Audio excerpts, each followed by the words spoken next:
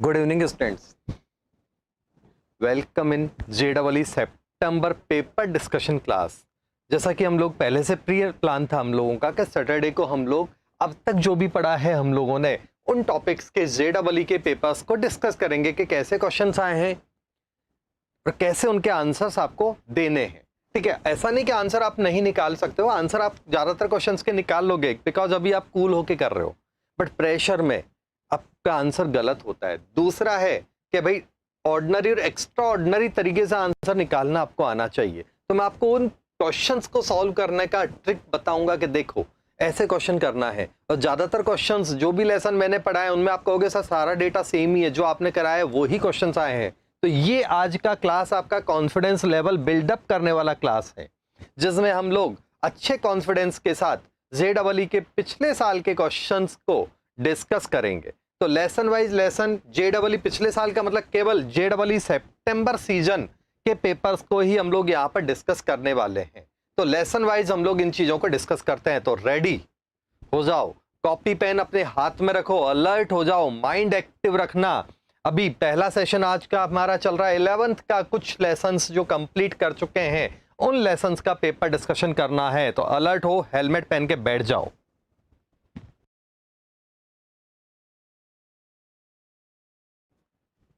पहला हमारा लेसन चल रहा है अभी बेसिक कंसेप्ट ऑफ केमिस्ट्री। पहला लेसन हम लोगों का है बेसिक कंसेप्ट ऑफ केमिस्ट्री से। ठीक है, जैसे एक क्वेश्चन है, बहुत अच्छा क्वेश्चन है, आप ट्राई करो। क्वेश्चन क्या कह रहा है मैं यहां पर दे रहा हूं, मैं आपको हिंट दूंगा। जैसे इस तरह के कुछ क्वेश्चन है जिनमें आपको सॉल्व करने में टाइम चाहिए होगा, मैं हिंट देके इस तरह के क्वेश्चन छोड़ दूंगा न्यूमेरिकल्स में, अदरवाइज सॉल्व करने में मैं फटाफट कर दूंगा।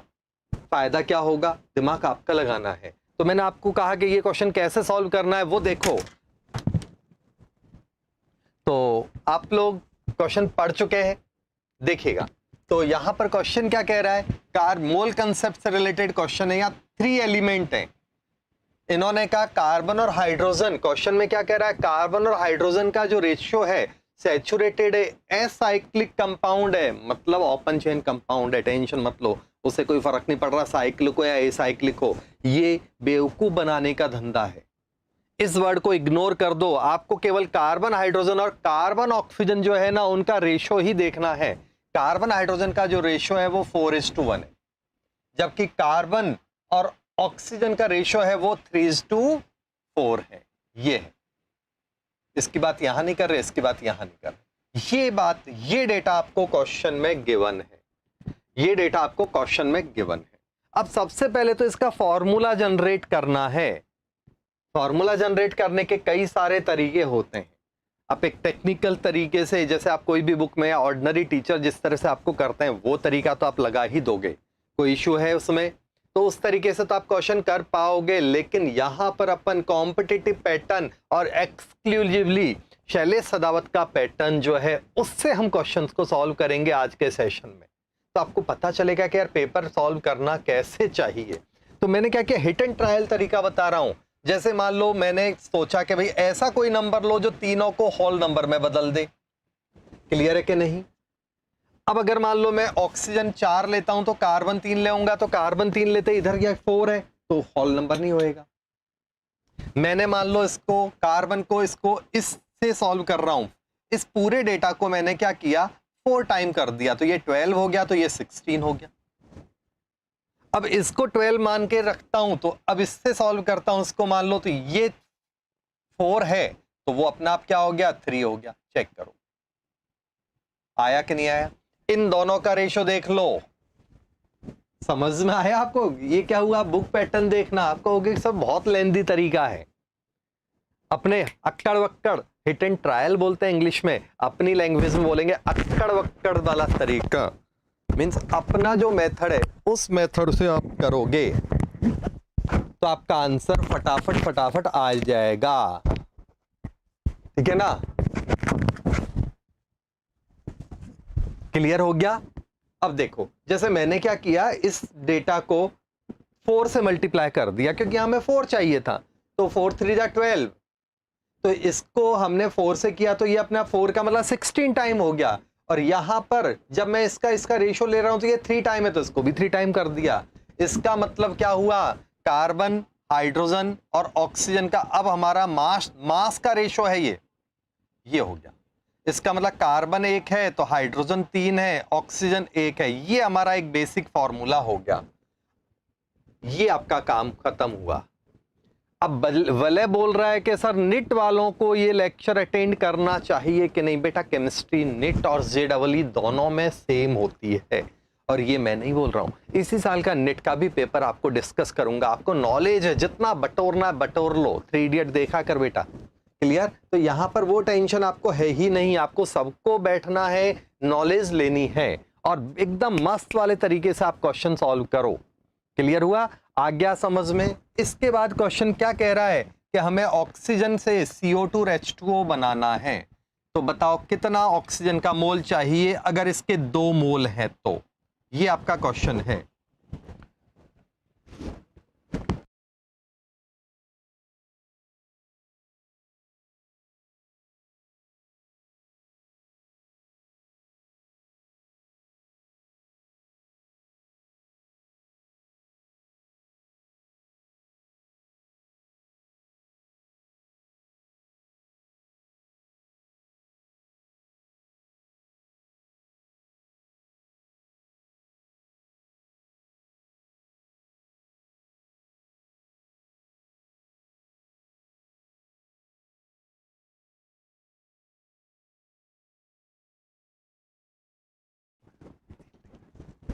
हाँ, मतलब मेरा काम है आपको यहां से यहां तक इस शॉर्टकट को बताना। बाद में न्यूमेरिकल तो कोई भी वैलेंस कर लेगा।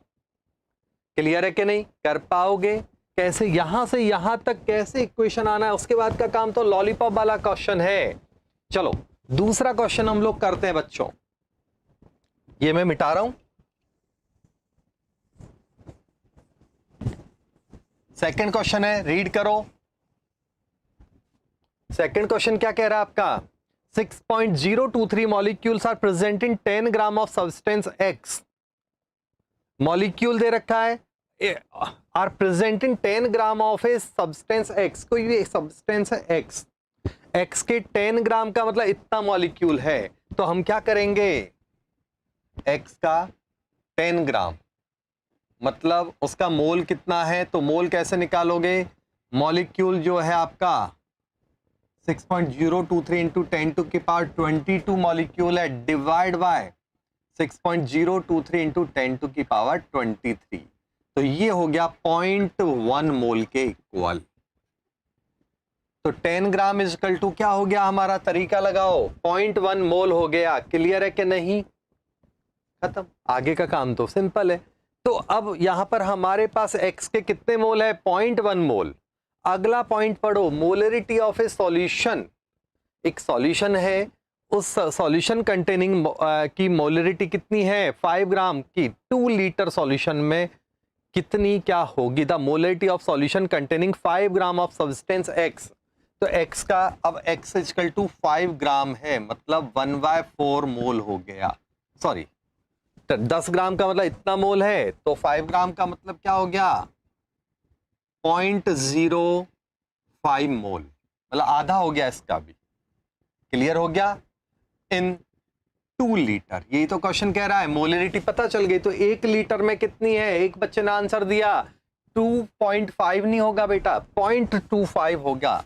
मोलरिटी का मतलब mole per litre. Molarity is equal to mole per litre. Clear है? तो मोल हमारे पास इतना है और वॉल्यूम 2 लीटर है। अब तो हो गया सॉल्व। तो ये आपका आंसर हो गया। बोलो, समझ में आया? कोई डाउट हो तो तुरंत बोलना। स्पीड के साथ चलना है हमें। मेरा काम आपको पूरा आंसर देना नहीं है, वो तो कोई भी निकालेगा ना। यहाँ के बाद तो जब हम पेपर डिस्कशन कर रहे हैं, इसका मतलब आपको उस लेवल तक आपको आ चुका है। तो मेरा काम है आपको चक्रव्यूह में घुसने का रास्ता बताना, फटाफट कैसे चक्रव्यूह में घुसें वो रास्ता बताना मेरा काम है।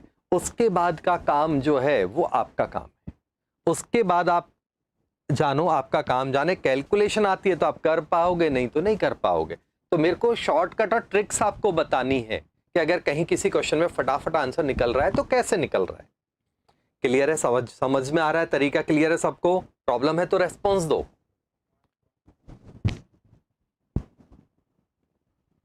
अगला क्वेश्चन है, ट्राई करो, बहुत लॉलीपॉप क्वेश्चन है, जल्दी से कोई आंसर दे।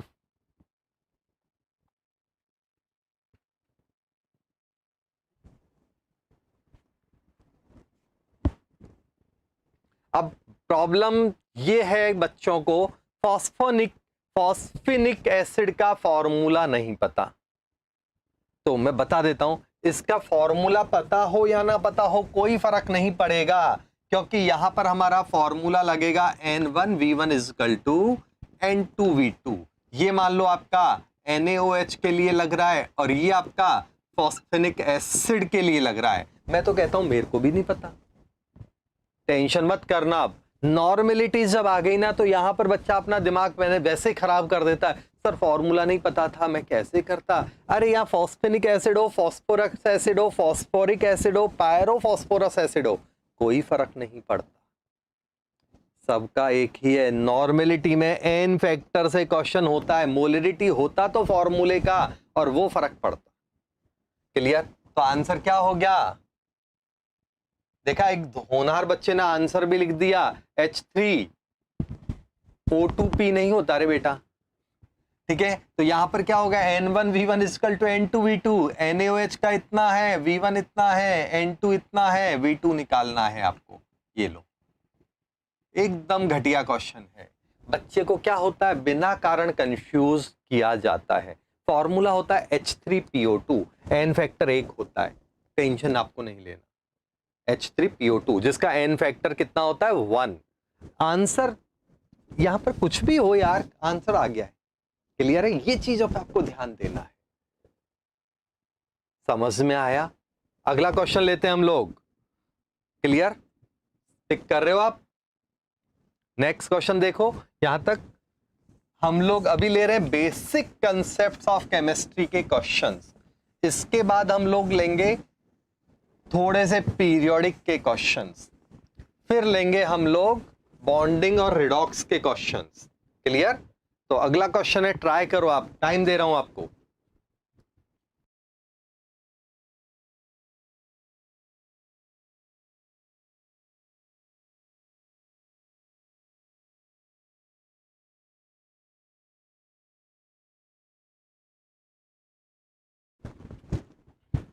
हाँ, mass of ammonia in gram produced when 2.8 gram dinitrogen quantitatively react with 1 kg of hydrogen, dihydrogen means nitrogen है, उसकी रिएक्शन करवाई इसके साथ। ये तो मास ऑफ अमोनिया इन ग्राम, ग्राम में कितना मास आपका बन रहा है, कितना नहीं मास बन रहा है। ठीक है, तो ये कितना कह रहा है, 2.8 kg। बाप रे, बड़े लोग हैं, किलोग्राम में बात करते हैं, हम लोग तो छोटे लोग हैं। 1 kg, कोई फर्क नहीं पड़ता।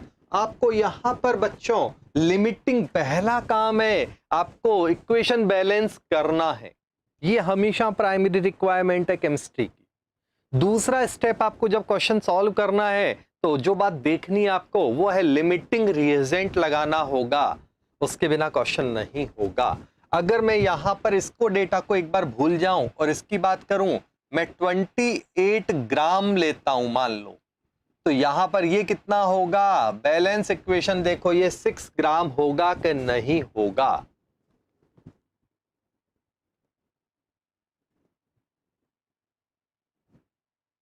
बोलो, क्लियर है सबको?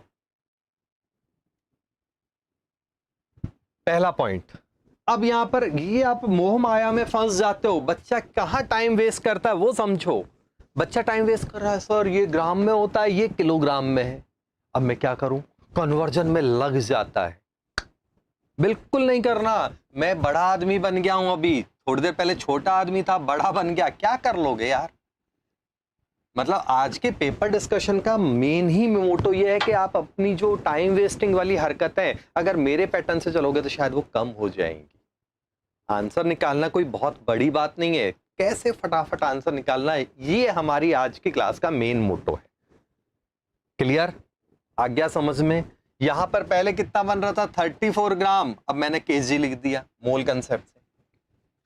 अब यहां पर हमें पता है 28 किलो के लिए 6 किलो चाहिए, अब मैं हिट एंड ट्रायल पे आता हूं। अगर मैं 2.8 kg ले लूं तो ये कितना चाहिए होगा, 0.6 kg, और ये कितना बनेगा 3.4 kg। कहाँ हमें न्यूमेरिकल सॉल्व करना पड़ रहा है, कॉपी पेन की जरूरत ही नहीं है, ऐसे काम हो रहा है। आया कि नहीं आया? ये 2.8 kg है तो ये 1 kg है, तो ये तो बचेगा। तो यहां पर एक बात और एक्स्ट्रा मैं बता दूं, लल्लू राम कौन है, लिमिटिंग रिएजेंट कौन है, नाइट्रोजन। रिमेनिंग हाइड्रोजन कितनी है, रिमेनिंग अमाउंट ऑफ हाइड्रोजन कितना है, तो आंसर है 1 किलो में से ये जाएगा तो 0.4 kg। ये लो, खत्म। तो ये 1-2 क्वेश्चंस और कर लिए हमने पैरेलल में। अगला क्वेश्चन हम लोग लेते हैं। क्लियर हो रहा है आपको ये पैटर्न? ऐसा नहीं कि आप, मुझे नहीं पता आप कैसे करते हो, ये मेरा तरीका है, आप मेरे हिसाब से इसको कन्वर्ट करो तो आपको बहुत इजी लगेगा।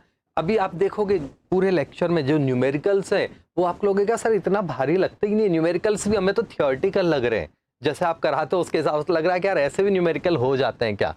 चलो अगला क्वेश्चन देखते हैं हम लोग, आपके सामने है, बहुत अच्छा क्वेश्चन है। 100 ml solution was made by adding of इतना ग्राम of Na2CO3. Normality of solution is 0.1 N. सोचो, 1 मिनट दे रहा हूं आपको सोचने का इस क्वेश्चन को।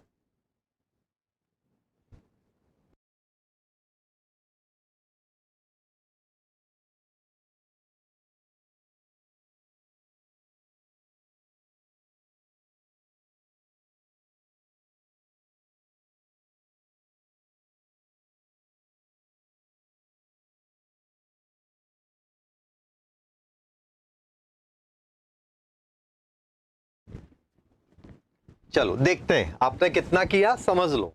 100 ml solution was made by adding of 1.43 gram of Na2CO3, ठीक है ना, .XH2। पहले मैं यहाँ ये समझाने के लिए लिखता हूं, ये है हमारा केस, ठीक है ना, और इसका 100 ml सॉल्यूशन बनाया 1.43 ग्राम के साथ, 1.43 ग्राम है 100 ml में, ये आपका तरीका है। Normality of solution is 0.1 N और इसकी नॉर्मेलिटी कितनी है 0.1 N। तो नॉर्मेलिटी का फॉर्मूला क्या कहता है, gram multiply by 1000 divide by molecular mass divide by N factor, मतलब इक्विवेलेंट मास। क्लियर हो गया? और ये वॉल्यूम है 100 ग्राम। नॉर्मेलिटी है हमारी 0.1, ग्राम कितना है, तो आंसर है ग्राम है 1.43। ग्राम कितना है 1.43। कोई प्रॉब्लम है तो बोल दो। क्लियर है कि नहीं? इतना आया समझ में? अब Na2CO3 जो है एटॉमिक मास दे रखा है उन्होंने Na2CO3 का, सॉरी सोडियम का दे रखा है। हमें कुछ नहीं करना, पूरे Na2CO3 वाले कंसेप्ट से हमें N फैक्टर पता है। N फैक्टर कितना है 2, तो मैंने यहाँ N फैक्टर रख दिया, मॉलिक्यूलर मास पता चल जाएगा। यही तो कुछ क्वेश्चन कह रहा है। वैल्यू ऑफ x क्या है, हो गया, क्योंकि इन सब का मास पता है।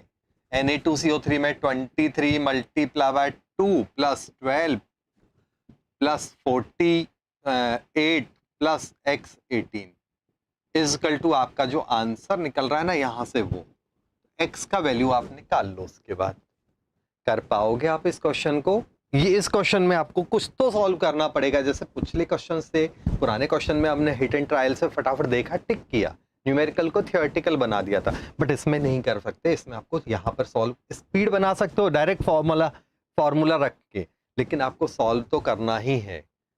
ठीक है, अगला क्वेश्चन लेते हैं हम लोग। देखो यहाँ पर कोई डाउट है तो बोल दो आप।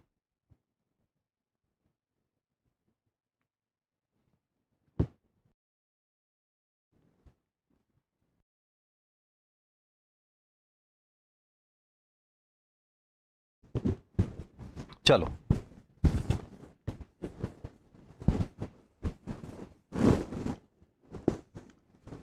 अगला क्वेश्चन है आपके यहाँ पर, ये लॉलीपॉप क्वेश्चन है, क्लासरूम में भी हमने डायरेक्ट किया हुआ है। आइसोटॉप्स जब पढ़ाए थे मैंने मोल कंसेप्ट में, तब ये क्वेश्चन किया था। रेशियो ऑफ क्लोरीन 75 और ये तो इसका आंसर आपका क्या है, बिना सॉल्व किए वो भी क्वेश्चन को कर सकते हैं। तो इस क्वेश्चन में हम लोग टाइम ज़्यादा वेस्ट नहीं कर रहे हैं, सबने आंसर भी निकाल दिया मेरे समझाने से पहले। तो अगला क्वेश्चन लेते हैं। आई थिंक इसमें आपको कोई डाउट नहीं होगा, 3:1 आंसर है 4।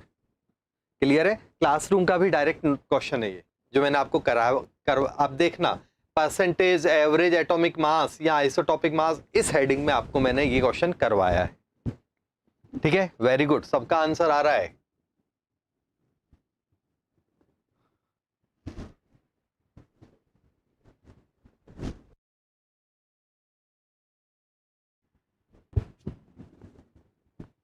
चलो, क्लियर है सबको?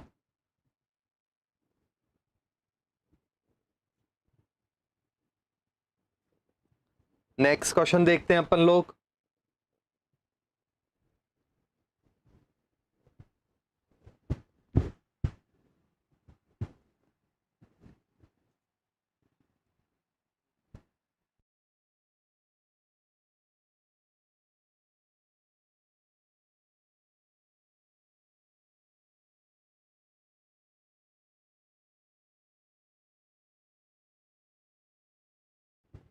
नेक्स्ट क्वेश्चन देखो,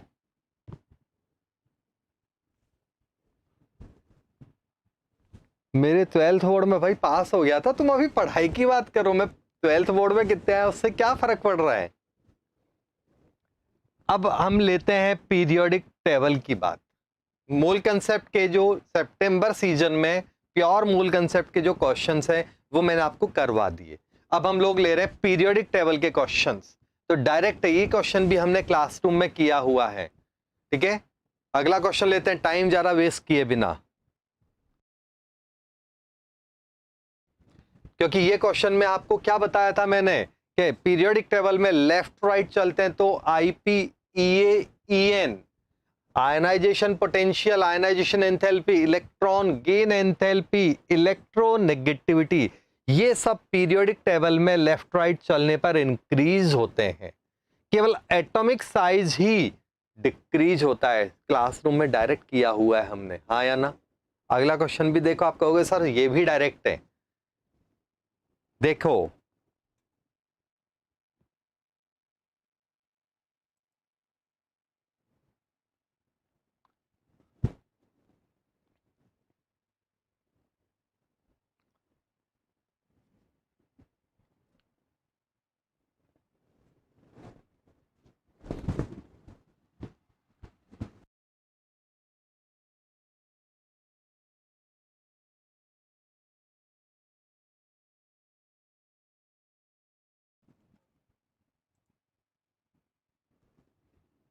क्लियर? चलो अगला क्वेश्चन करो, बोलो क्या हालचाल है इस क्वेश्चन का। ये एग्जाम्पल हमने क्वेश्चन कौन से एग्जाम्पल से किया था? Na2O MgO Al2O3, याद आया? और ऐसे चलते गए तो Cl2O7, ये स्ट्रॉन्गेस्ट एसिड है, ये एम्फोटेरिक है, लिखाया था मैंने, याद हो तो। और ये स्ट्रॉन्गेस्ट बेस है। बोलो क्या हालचाल है आपके। तो एटॉमिक नंबर हो गया क्वेश्चन के, नहीं हो गया? एटॉमिक नंबर ये कौन है? पहला वाला X है, XYZ, X बेसिक है, हाँ ठीक है। तो X is less than Y is less than Z, question हो गया सॉल्व। तो आंसर आएगा थर्ड, आंसर आएगा इस क्वेश्चन का थर्ड।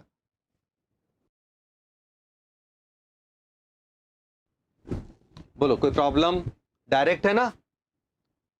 अगला क्वेश्चन लेते हैं हम लोग।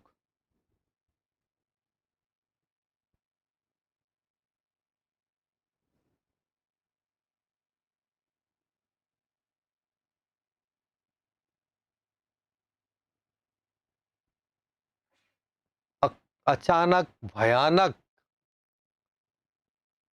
अरे बाप रे, डरावना नाम है बेटा तुम्हारा। अगला क्वेश्चन है अल अनिल इलियम, ये भी क्लासरूम में डायरेक्ट किया हुआ है हमने। अनिल इनियम, मतलब अन का मतलब 1, नील का मतलब 0, इनियम का मतलब 9, 109 इसका आंसर हो गया।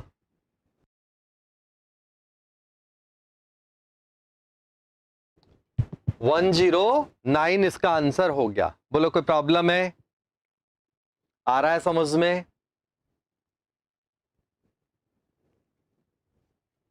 क्लास का डायरेक्ट क्वेश्चन है सारे के सारे। लग रहा है टफ पेपर आपको JEE का? देखते हैं अभी एंजॉय करो, चालू किया अभी तो सीजन हमने। आप कहोगे सर सारा डेटा तो आपने पढ़ाया हुआ है क्लास में, देखे जाओ। नेक्स्ट लेते हैं हम लोग।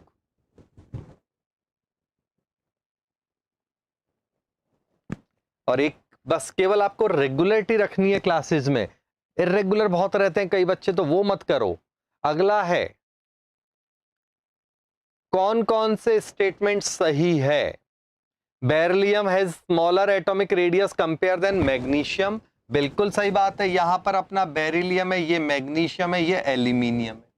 3 मेंबर्स की बात हो रही है यहां पर, तो कौन बड़ा है? ये साइज, तो पहला सही है, करेक्ट है। दूसरा, beryllium has higher ionization enthalpy than aluminium, वैसे तो दोनों की वैल्यू लगभग सेम होती है, दोनों की वैल्यू लगभग सेम होती है। डायगोनल रिलेशनशिप हमने किया हुआ है, बट फिर भी देखें तो इसका साइज छोटा है थोड़ा सा, तो इसका आईपी स्टेबिलिटी फैक्टर है, तो इसका आईपी थोड़ा सा बढ़ जाता है।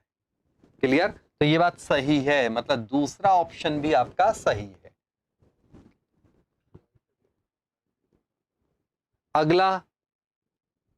अगला है आपका charge radius ratio of beryllium is greater then aluminium. Charge radius का जो रेशो है बेरिलियम का ज्यादा होगा एल्यूमिनियम से, ये बात सही है क्या? चार्ज और रेडियस का रेशो, मतलब बेरिलियम का चार्ज क्या है +2 और एल्यूमिनियम का है +3, तो इसका चार्ज बाय साइज जो भी x है, इसका चार्ज क्या है 3 है, इसका साइज, दोनों का साइज तो लगभग सेम है, तो इसका भी 19-20 मान लो। बहुत ज्यादा बड़ा तो होगा नहीं, तो कौन बढ़ेगा? आंसर है किसका चार्ज रेडियस रेशो ज्यादा होगा, तो आंसर है ये एल्यूमिनियम विनर है, तो थर्ड ऑप्शन यहां पर गलत है। चौथा, बोथ बेरिलियम और aluminium are nearly mainly covalent compound बनाते हैं, मतलब चौथा ऑप्शन भी सही है। तो 1 2 का 4 कहां हो रहा है बच्चों? तो 1 2 का 4 हो रहा है ऑप्शन नंबर 1 में, तो इस क्वेश्चन का आंसर हो गया 1। 1 2 का 4 कहां हो रहा है? 1 में, तो आंसर क्या हो गया इसका? 1। कोई डाउट है? अगला क्वेश्चन लो।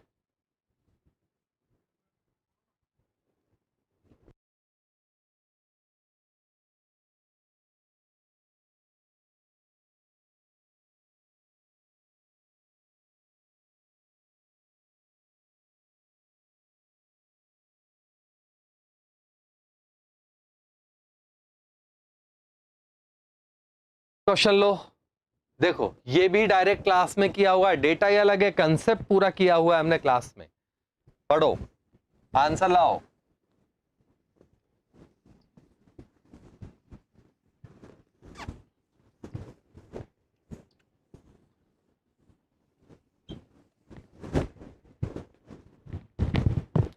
पांच आईपी दे रखे हैं, पहला आईपी, दूसरा आईपी, दो इलेक्ट्रिक, फर्स्ट आईपी 800 है, दूसरा 2400 है। पहले से दूसरे में मैं यहाँ value wise round of value लिख देता हूं। फर्स्ट का 800 है, दूसरा 2427 है। थर्ड आईपी जो है आपका वो है 3658। चौथा आईपी आपका 25024 और 5 आई नंबर का आईपी है 32824 है, सॉरी कोई इश्यू नहीं है उससे, अपने को तो कंसेप्ट देखना है। ये आईपी है 1 2 3 4 5,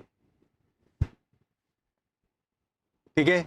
अब यहां पर अगर हम बात करें तो बात करेंगे तो पहला इलेक्ट्रॉन तो इजीली निकलेगा, यहां से यहां निकलना डिफिकल्ट होगा थोड़ा सा, लेकिन यहां से यहां इजी हो गया इलेक्ट्रॉन निकलना। पहला इलेक्ट्रॉन इजीली निकला, दूसरा निकलने में डिफिकल्टी हुई, तीसरा निकलने में, और तीसरे से चौथा निकलने में नानी याद आ गई। नानी के साथ दादी भी याद आएगी, ठीक है। समझ में आ गया क्यों? कितने गुना बढ़ गया? 3600 से 25,000 हो गया, 8 गुना बढ़ गया, 7-8 गुना, बहुत ज्यादा हो गया। तो यहाँ तो नानी दादी सब याद आ जानी है। क्लियर है कि नहीं? तो इसका मतलब पहला इलेक्ट्रॉन, सपोज ये एल्यूमिनियम है, तो एल्यूमिनियम से एल्यूमिनियम +1 बन जाएगा इजीली, ये वाला। +1 के बाद +2 बनना थोड़ा मुश्किल है, लेकिन जैसे ही +2 बनेगा गाड़ी +3 पे पहुंच जाती है। इसके बाद स्टेबिलिटी फैक्टर आ गया। जब भी एकदम रैपिड कई गुना ज्यादा चेंज आ जाए, जब भी कई गुना ज्यादा चेंज हो जाए ना, एकदम से आईपी 5 टाइम 10 टाइम ऐसे कभी भी बढ़ जाए, तो सीधा है कि उस जगह इनर्ट कॉन्फ़िगरेशन आ चुका है। मींस यहां के बाद यहां पर इलेक्ट्रॉन निकालना मुश्किल है। तो आउटर शेल में कितने इलेक्ट्रॉन है? तो आंसर आउटर शेल में है 3 इलेक्ट्रॉन। तो इसका आंसर हो गया सेकंड 3, ये इसका आंसर है। क्लियर? अगला क्वेश्चन देखते हैं हम, जब तक आ रहा है सबको समझ में। ऐसा क्वेश्चन हमने खूब सारे किए थे, आपको ध्यान हो तो। एंजॉय कर रहे हो पेपर को? क्या ऐसे रोना आ रहा है? 10, ये मैं टाइम दे रहा हूं आपको, जल्दी से करके बताओ इस क्वेश्चन को।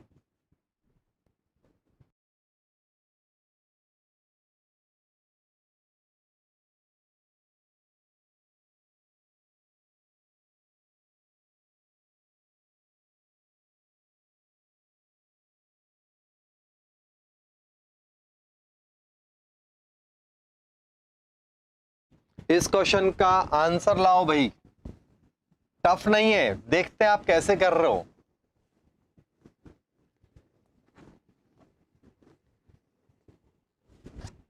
देखो, अब इस क्वेश्चन को सोचना है आपको, तो कैसे करेंगे? पहले तो ऑप्शन देखो, ऑप्शन में आपको एक्टिनॉइड लिखा हुआ है, तो इसका मतलब एक्टिनॉइड सीरीज है क्या? तो देखते हैं एक्टिनॉइड कहाँ होते हैं। एक्टिनॉइड का मतलब 90 से 103 वाले एक्टिनॉइड होते हैं, ये पता है तो चुटकियों का क्वेश्चन हो गया ना। तो इसका मतलब 101 तो इस कैटेगरी में है, तो 101 का मतलब तो वो तो एक्टिनॉइड कैटेगरी का है। और 104 क्या हो गया? तो एक्टिनॉइड होता है आपके थर्ड सीरीज में, तो ये अपने आप क्या हो गया? 4th बी, मतलब डी ब्लॉक का मेंबर हो गया, तो ग्रुप 4। तो आंसर हो गया सेकंड। शैल ने आंसर दिया, केविन ने भी दिया, वेरी गुड बच्चों, समझ में आया। लेकिन आंसर थोड़ा जल्दी देना था, मींस आपको शायद कहीं पे पीरियोडिक टेबल अभी क्लियर नहीं है, मतलब याद नहीं कर रखा है।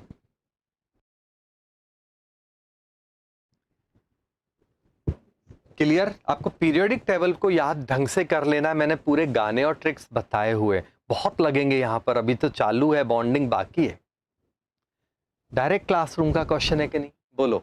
ये भी, ये सब डायरेक्ट ही है, ये बेसिक्स से था, ये डायरेक्ट सेम एग्जांपल हमने क्लास में किया हुआ है कि भाई साइज का ऑर्डर बताओ। हाँ तो कर दो कि सर हाँ डायरेक्ट, सारे एग्जांपल डायरेक्ट ही हैं। बताऊं आंसर? बोलो डायरेक्ट, जल्दी।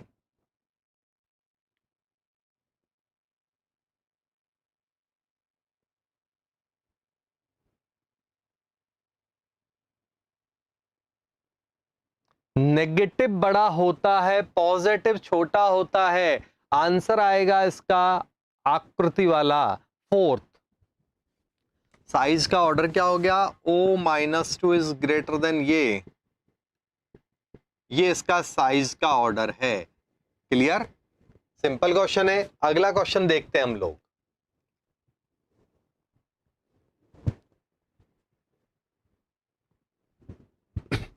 आइसो इलेक्ट्रॉनिक सीरीज से था वो क्वेश्चन, क्लासरूम में डायरेक्ट किया हुआ है, iso electronic series.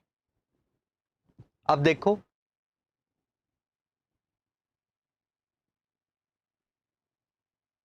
Next question try करो, बहुत अच्छा क्वेश्चन है, सेम ऐसे ही एग्जाम्पल भी ज्यादातर सेम है। ये क्वेश्चन देखो, नॉट एंडोथर्मिक इन नेचर, मतलब एक्सोथर्मिक कौन है? क्वेश्चन को सिंपल वे में करें तो which is exothermic, which one is exo, जो एंडोथर्मिक नहीं है, इसका मतलब कौन है जो एक्सोथर्मिक है? तो आर्गन ने मान लो इलेक्ट्रॉन ले लिया, फिजिकल स्टेट नहीं लिख रहा हूं, वो कॉमन सेंस आपके सामने है, ये बन गया, ठीक है ना। तो देखो लड़ाई झगड़ा मत करो, बता देता हूं, यहां पर इलेक्ट्रॉन लेके नेगेटिव आयन बना रहा है, क्लियर। तो ये इलेक्ट्रॉन अगर ले रहा है तो नेगेटिव बनेगा, समझते हैं इस बात को। हाइड्रोजन इजीली इलेक्ट्रॉन लेके H माइनस बनेगा, ये लॉजिकल बात है। तो यहां पर हीट एक्सो है, ये तो लेगा ही नहीं, तो एक्सो की तो बात तब होगी ना जब लेगा। वो कहेगा भैया पागल नहीं हुआ, स्टेबल हूं, मेरे को इलेक्ट्रॉन लेना ही नहीं है। सोडियम, सोडियम को सोडियम प्लस में बदल रहे हैं हम, काम खत्म। तो यहां पर हीट निकल रही है, तो ये है आपका इलेक्ट्रॉन निकालने के लिए एनर्जी दे रहे हैं, तो ये एंडो है। ऑक्सीजन नेगेटिव, ये भी मैंने करवाया हुआ है, याद है आपको। फर्स्ट इलेक्ट्रॉन एफिनिटी एक्सो होती है, उसके बाद वाली सारी एंडो होती है। सेम एग्जांपल सब जगह हमने किए हुए, कॉमन है। ये लेगा ही नहीं तो इसको तो आउट ऑफ ट्रैक कर दो, फिर भी होगा तो ये एंडो ही होगा। तो आंसर कौन सा हो गया? कौन है जो एंडोथर्मिक नहीं है, मतलब कौन है जो एक्सोथर्मिक है? कौन सा आंसर दिख रहा है आपको? तो आंसर हाइड्रोजन वाला सेकंड आंसर होगा। एक ही बच्चे का सही था, केविन का, बाकी सब ने तो आंसर पता नहीं क्या खा के दिए। समझ में आया क्या मिस्टेक हुआ? रिपीट करूं क्वेश्चन या आ गया? बोलो, रेस्पॉन्स दो।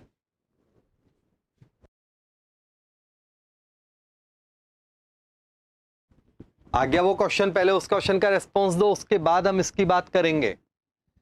पीरियोडिक टेबल के जो क्वेश्चंस हैं वो सारे डिस्कस हो गए हैं आपसे मजे मजे में।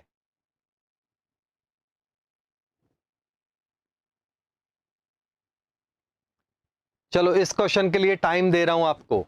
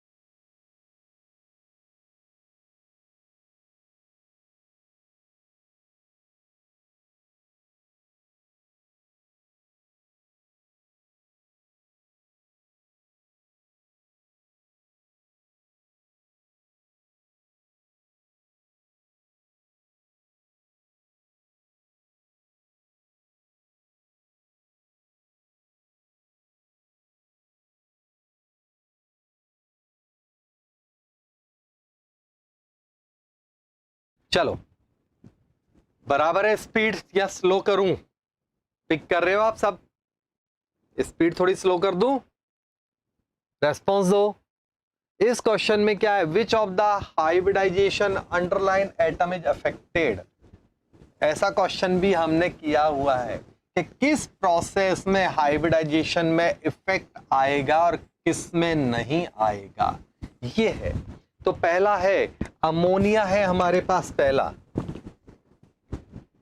अमोनिया किस में बदल रहा है? हाइड्रोजन लेके अमोनियम में बदल गया, ये पहला ऑप्शन है हमारा। दूसरे में HCF4 SbSF5 से रिएक्शन करेगा। कई बच्चे यहां पर अटक सकते हैं। HCF4 है वो SbF5 से रिएक्शन करेगा, वो रिएक्शन के बाद की बात कर रहा है मतलब। तो यहां बाद में क्या बनेगा? 11th वाले बच्चों को थोड़ा प्रॉब्लम आएगा इसमें, कोई बात नहीं, बता देता हूं मैं। कई बार ऐसे क्वेश्चन में फंस जाते हैं, जैसे 12th वाला तो कर लेगा अगर पी ब्लॉक कर लिया है उसने, 11th वाले को प्रॉब्लम आएगा, कोई बात नहीं। तीसरा ऑप्शन देखो, H2SO4 NaCl के साथ रिएक्शन कर रहा है आपके केल्विन टेम्परेचर पर, जो आपका टेम्परेचर है ना 420 वाला, उस पर क्या बनेगा? HCl और Na2SO4। क्लियर है कि नहीं? Na2 अल्टी पल्टी होएगा HCl और Na2SO4, नॉर्मल माइंड यही कहता है हमारा। और चौथा है आपका ऑप्शन H3PO2। H3PO2 का डिस्प्रपोर्शनेशन हो जाए तो क्या होगा? H3PO2 है, एक मिनट देख लेता हूं मुझको, कुछ डिस्प्रपोर्शनेशन हो जाए तो क्या होगा? 11th वालों को थोड़ा सा अजीब लग रहा होगा, यहां H3PO3 बनेगा, साथ में फॉस्फोरस बन जाता है इससे। मतलब पहले तो H2PO3 बनेगा, जो भी बनेगा मतलब H2PO2 ये बन जाता है। वैसे यहां कुछ प्रिंटिंग प्रॉब्लम लग रहा है, अभी आंसर से आइडिया लग जाएगा अपने को कि क्या है, मिस्टेक है या क्या है। तो यहां से यहां पर हाइब्रिडाइजेशन, इसमें भी sp3 है, इसमें भी sp3 है। यहां पर हाइब्रिडाइजेशन निकाल लो, sp3 है, और यहां भी sp3 है। यहां पर हाइब्रिडाइजेशन निकालोगे आप तो क्या होएगा? स्ट्रक्चर देखो,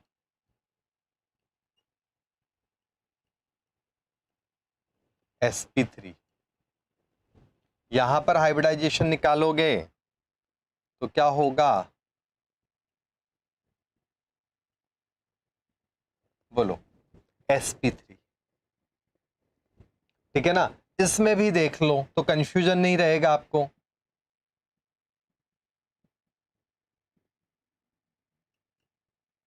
H3, यहां कुछ मिस्टेक लग रहा है मेरे को, मेरे हिसाब से H3PO3 होना चाहिए था, अगर ये तो ज्यादा इजी हो जाता। वैसे तो आपका काम तो हो गया है, इसकी जरूरत नहीं है, लेकिन H3PO2 है तो ये बनेगा H3PO2, H2PO2। ठीक है ना? तो एक इलेक्ट्रॉन का प्रॉब्लम हो रहा है यहाँ, तो ये मिस्टेक है यहाँ पर, इसको इग्नोर कर दो, काम तो हो गया आपका।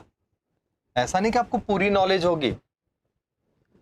यहां पर क्या बन रहा है अभी? तो क्वेश्चन क्या कह रहा है कि which of hybridization of underline element is affected. Affected किस में होगा? तो यहां तक तो हुआ नहीं, इसमें ही होगा। फिर तो इसमें कैसे होगा? अब एक ऑप्शन है, मैंने कहा XCF5 बन गया, मतलब ये यहां से इलेक्ट्रॉन ले, दो ऑप्शंस हो सकते हैं इसमें, क्योंकि जिसकी नॉलेज प्रॉब्लम है उसके हिसाब से बता रहा हूं। ठीक है ना? कि क्या करें, जिन्होंने 12th का पढ़ा हुआ है वो तो आराम से कर रहे हैं, एनसीईआरटी की डायरेक्ट रिएक्शन है ये। मान लो मैंने कहा कि इसने इलेक्ट्रॉन दिया और इसने इलेक्ट्रॉन लिया, तो नेगेटिव लेगा, F माइनस निकलेगा, तो ये एक ऑप्शन है, या तो ऐसा बने, चेक करो। तो यहां पर हाइब्रिडाइजेशन कौन सा है? जिनॉन का हाइब्रिडाइजेशन 4 और 2 6, तो sp3d2 है। यहां पर कितना है? तो sp3d3 है, चेक कर लो।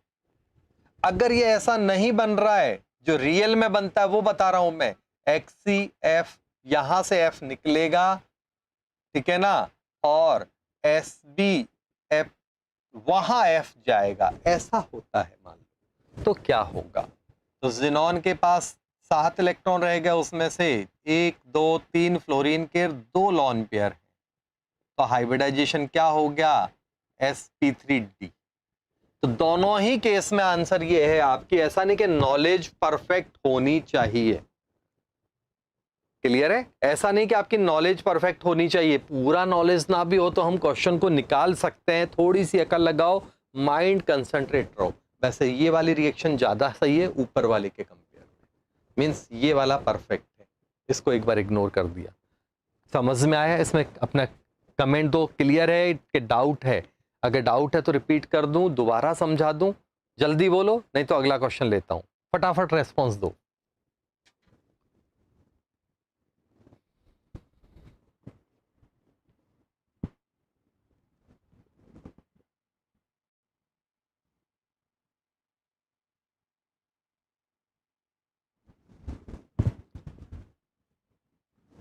अगला क्वेश्चन लेते हैं हम लोग।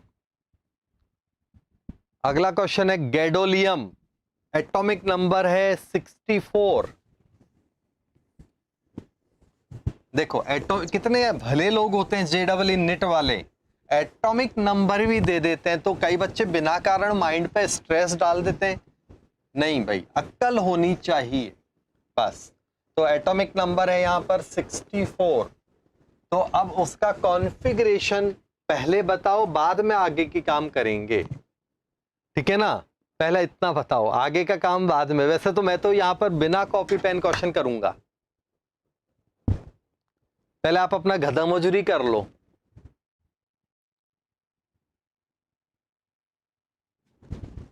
देखो, पहला काम है Z64, गैडोलियम होता है वो तो ठीक है, गैडोलियम 64। तो यहां पर जिनॉन 54 तक तो लिख दिया। उसके बाद इलेक्ट्रॉन कहां जाएगा, 4f 5d और 6s। तो सबसे पहले 2 इलेक्ट्रॉन यहां आएंगे, एक यहां गया, बचे कितने 7, वो यहां आएंगे और गैडोलियम +3 बन जाता है। तो उसका आंसर डायरेक्ट लिख रहा हूं 4f7 होगा, क्योंकि ये सब खाली हो चुके हैं, इनसे तो इलेक्ट्रॉन निकल चुका है। और जितने अब देखना, मेरा तरीका भी बताऊंगा, आप तो पहले सॉल्व कर रहे हो, इंसानों की तरह काम करो, शैतानी दिमाग बाद में लगाना।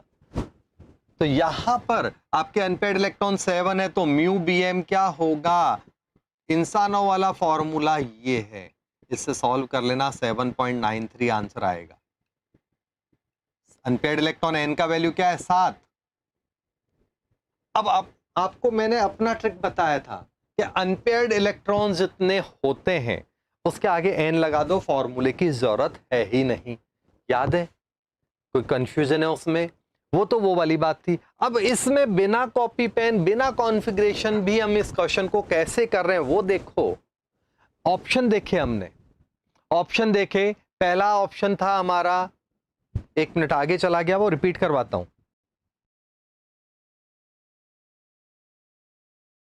हाँ, तो उसमें क्या था कि गैडोलियम 64 है, 64 है, तो ये तो पक्का है कि वो 4f सीरीज का लेंथेनॉइड एक्टेनॉइड वाला कंसेप्ट से वो 4f सीरीज का मेंबर है, हाँ या ना। तो ये पक्का है, इसका मतलब 1 और 3 ऑप्शन आपके मैदान से भाग गए, ठिचका करके भगा दो उसको, कोई प्रॉब्लम। बचे सेकंड और फोर्थ ही ऑप्शन में बचे। कॉन्फ़िगरेशन सही हो या गलत हो, लेकिन आपको पता है कि अगर 4f7 है तो अनपेयर्ड इलेक्ट्रॉन 7 है, अनपेयर्ड इलेक्ट्रॉन 7 है, तो आंसर क्या होगा, 7.9। तो डी आंसर तो सोचने वाला ही बेवकूफ है। बोलो, हमने कुछ नहीं किया, कॉन्फ़िगरेशन करना ही नहीं है, ऑप्शन देख के आंसर निकाल देंगे हम लोग। तो आंसर क्या हो गया इसका, सेकंड। आंसर क्या हो गया इस क्वेश्चन का, सेकंड। क्लियर हो गया। बोलो अगला क्वेश्चन लूं, दिमाग लगाओ।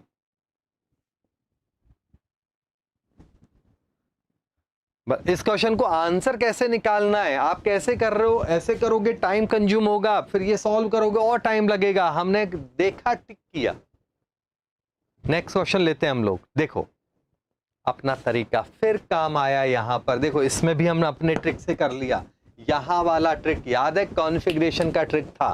डायरेक्ट मैंने आपको क्या करवाया था, बताओ 6s के बाद इलेक्ट्रॉन कहां भरेगा। तो s के बाद क्या होता है, n-2f में भरता है, मतलब 4f। 4f के बाद याद है फटीचर dps। बोलो 4f के बाद कहां भरेगा, तो 5d 6p 7s। ये आपका क्वेश्चन है। बोलो, तो 6s यहां के बाद इलेक्ट्रॉन कहां भर रहा है, टक टक टक, आंसर तो यहां तक। किसी को प्रॉब्लम है, आया कुछ या नहीं आया, जल्दी बोल दो, फटाफट रेस्पॉन्स दो।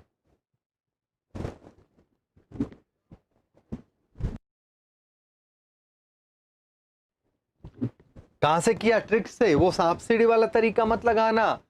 लग रहा है आपको ट्रिक से अप्लाई करना खुद को आ रहा है कि नहीं आ रहा है, कमेंट भी देते रहो।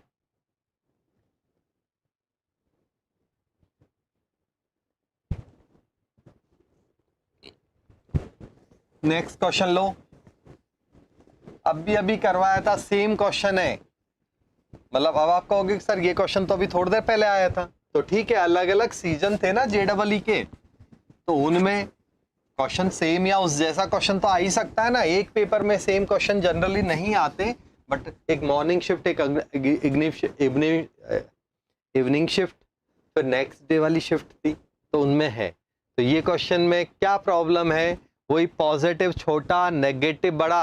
आकृति का आंसर केवल इसी क्वेश्चन में सबसे फास्ट आता है कि नहीं? बोलो।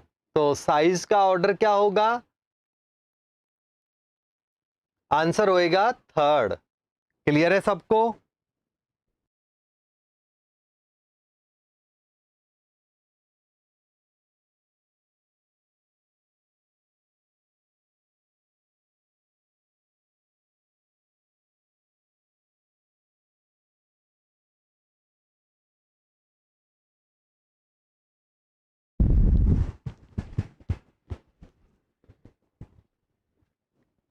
आ रहा है ना सबका आंसर? ये क्वेश्चन गलत डल गया, ये अभी हमने पढ़ा नहीं है, बाय मिस्टेक डल गया। अगला क्वेश्चन लेते हैं हम लोग। देखो, आपने देखा पीरियोडिक टेबल में क्वेश्चंस कहां से बन रहे हैं? तो पीरियोडिक टेबल में क्वेश्चंस बन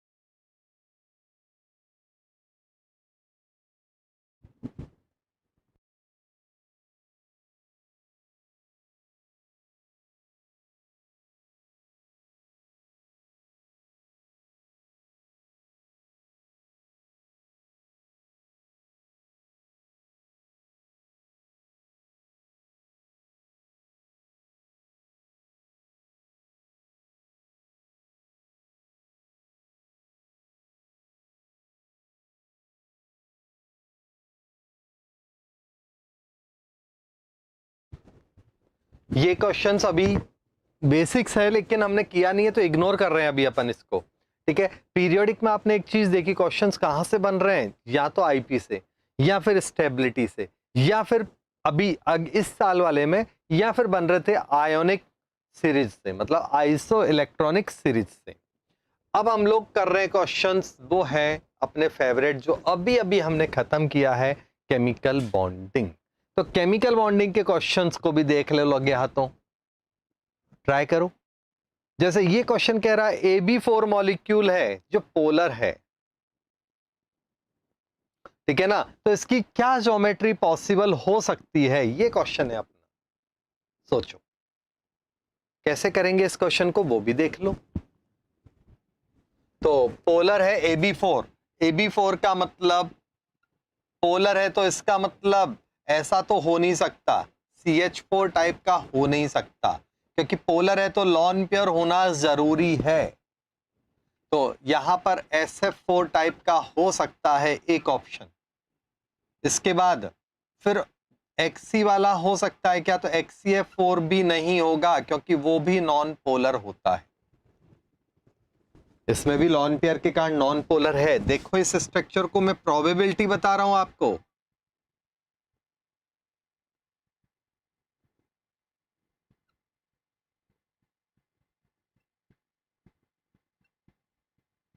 ये देखो, तो ये इसका डायपोल मोमेंट 0 है।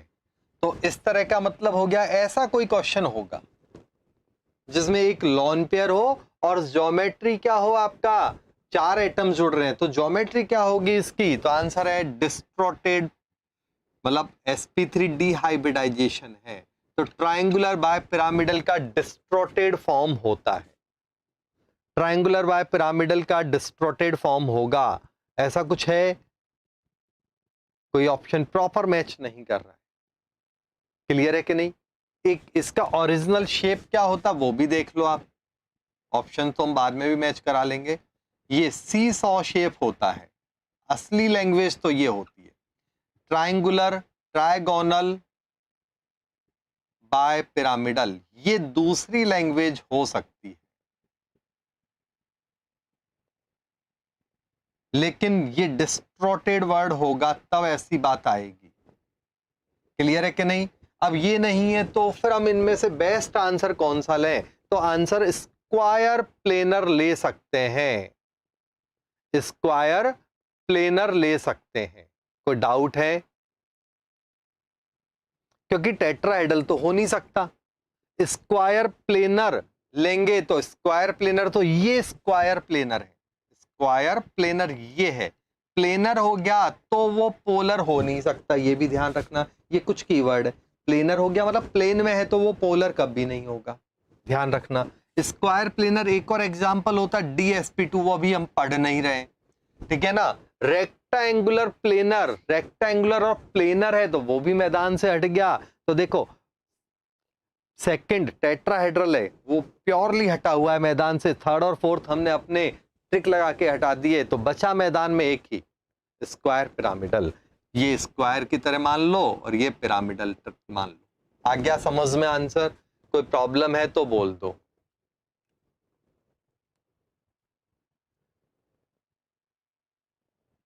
अगला क्वेश्चन देखते हैं हम लोग।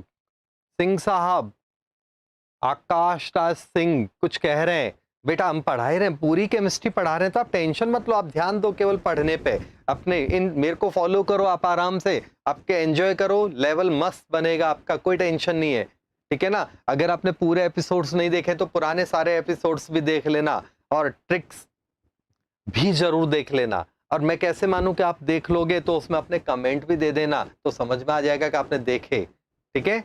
और बाकी लोग सब लाइक करो, ठोको ताली, शेयर करो, सब्सक्राइब कर दो। अगला क्वेश्चन भी ले लो। अगला क्वेश्चन आपका क्या है, ट्राई करो।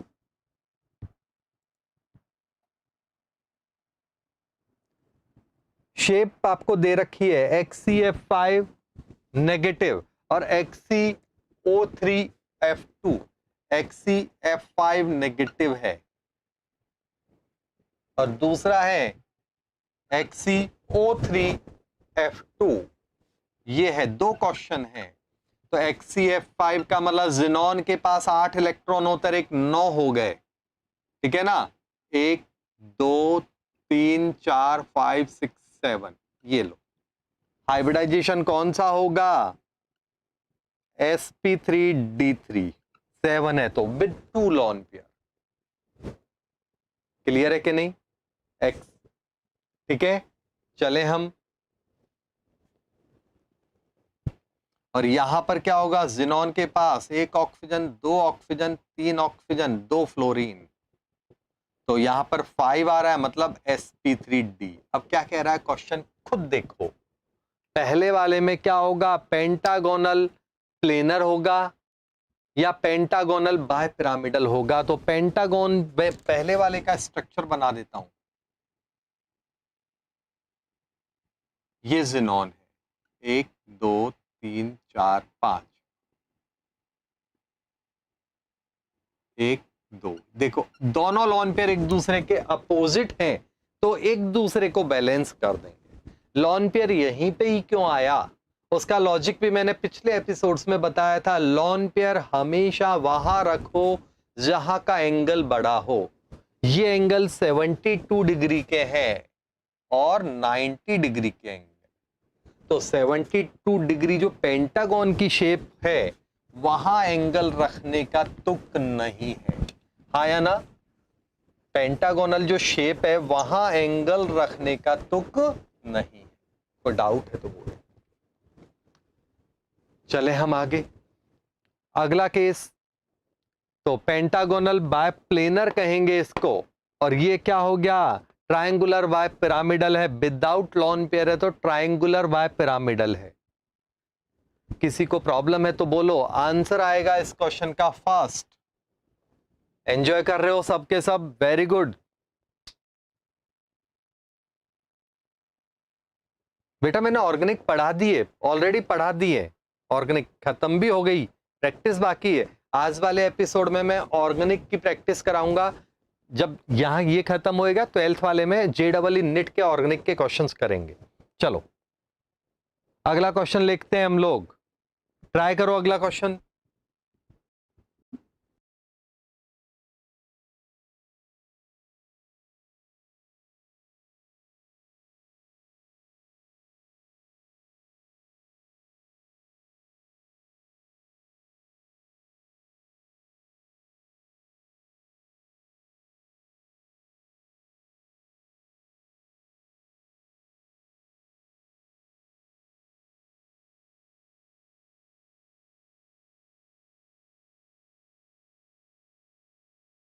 अगला क्वेश्चन है, ये डायपोल इंटरेक्शन वाला क्वेश्चन है। ये वैल्यू वाला कंसेप्ट मैंने नहीं कराया था, वान डर वाल अट्रैक्शन फोर्स है, बट फिर भी हम इस क्वेश्चन को बहुत मजे से करेंगे। अगर मैं अपने एंगल से बोलूं, मैंने आपको मैथमेटिकल वैल्यूज नहीं लिखवाई थी उसमें, मेरा फॉल्ट मान लो, बट फिर भी आप देखना कितने मजे से इस क्वेश्चन को हम लोग सॉल्व करते हैं। देखते हैं, देखा आपने क्वेश्चन? दिमाग लगाओ पहले आप, बाद में हम बात करेंगे। ऐसा नहीं कि आपको सब कुछ पता हो, बस ये दिमाग एक्टिव होना चाहिए। सोचो, आंसर लाओ इसका, फिर मैं बताऊंगा कैसे करना है question.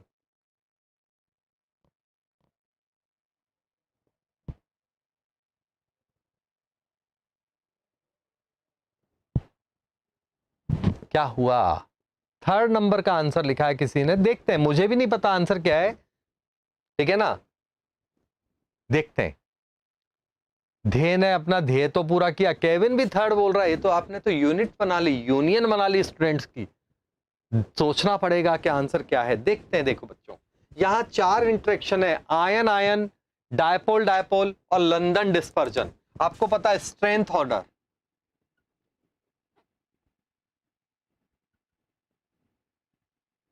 Ion ion interaction is powerful than dipole dipole, ये पता है, हमने पढ़ा हुआ है।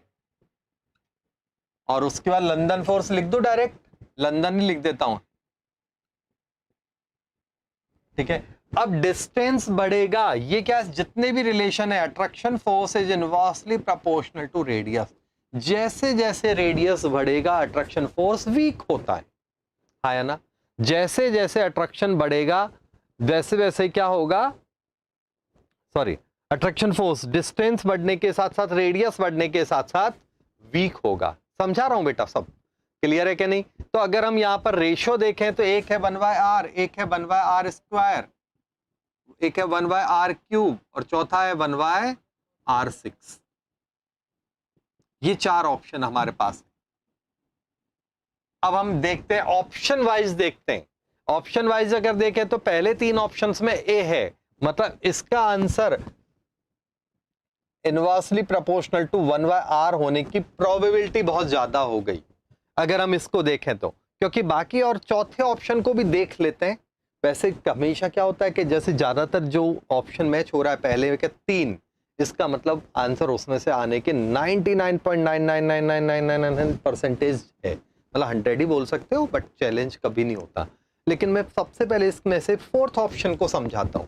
फोर्थ ऑप्शन है सेकंड, पहले का बी, तो सेकंड का डी आ रहा है क्या? नहीं, तो सेकंड का डी नहीं हो सकता, क्योंकि थर्ड और सेकंड में से देखो, लंदन फोर्स और डायपोल डायपोल में विनर कौन होगा? लंदन फोर्स और डायपोल डायपोल में विनर कौन होगा? ये, अरे सॉरी, मैंने यहां पर देखा ही नहीं, मेरा मिस्टेक है, मैं उधर लिख गया, वहां स्क्रीन दिखेगा नहीं आपको। यहां देखो, अट्रैक्शन फोर्स, रिपीट कर देता हूं, इनवर्सली प्रोपोर्शनल टू है रेडियस, ये एक बेसिक बात है ना?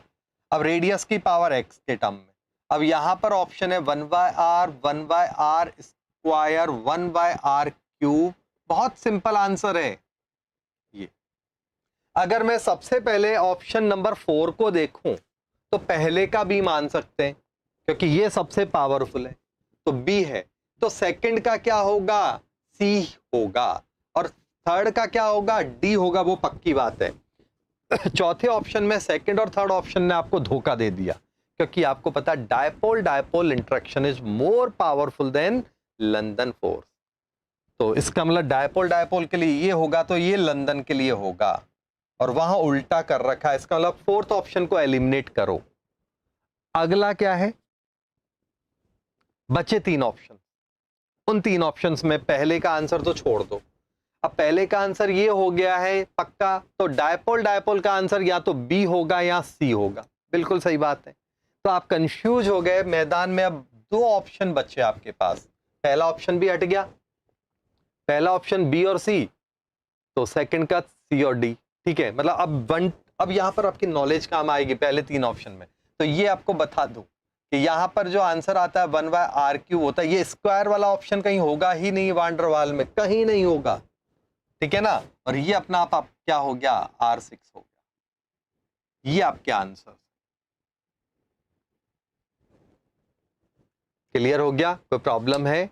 यहां पर जाके आप थोड़ा, जो लिखा है ना एक बच्चे ने कि मैं कंफ्यूजन है, बिल्कुल सही बात है बेटा, आपका कंफ्यूजन अपनी जगह, बट आप एक बात ध्यान रखना, हमेशा ये 3 6 इस सीरीज में ही बढ़ता है, मतलब 2 के सीरीज में 2 4 का कोई ऑप्शन मैच ही नहीं होगा आपका, तो ये आप ध्यान रखना।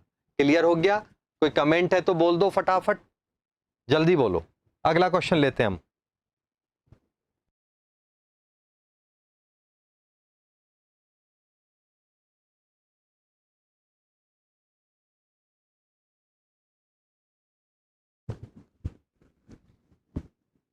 चलो नेक्स्ट क्वेश्चन है हमारे पास, ट्राई करो।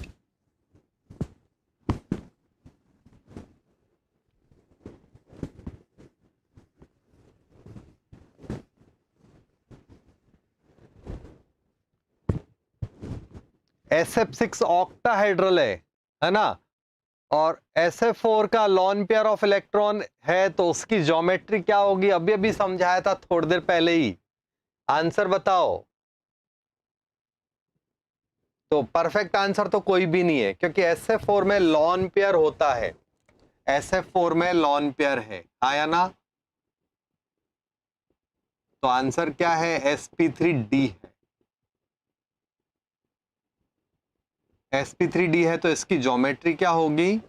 तो इसकी ज्योमेट्री होगी ट्रायंगुलर बाय पिरामिडल। ये इसकी ज्योमेट्री होगी। लॉन पेयर का ऑप्शन इग्नोर हो रहा है, वैसे आंसर होना चाहिए था सीसॉ, बट है ही नहीं, तो फिर क्या कर सकते हैं? क्लियर हो गया? तो आंसर, अभी आंसर क्या टिक करोगे ऐसे केस में? 1। लेकिन अगर सीसॉ आंसर होता तो फिर आंसर सीसॉ ही हो जाता। कोई कंफ्यूजन है तो बोलो फटाफट।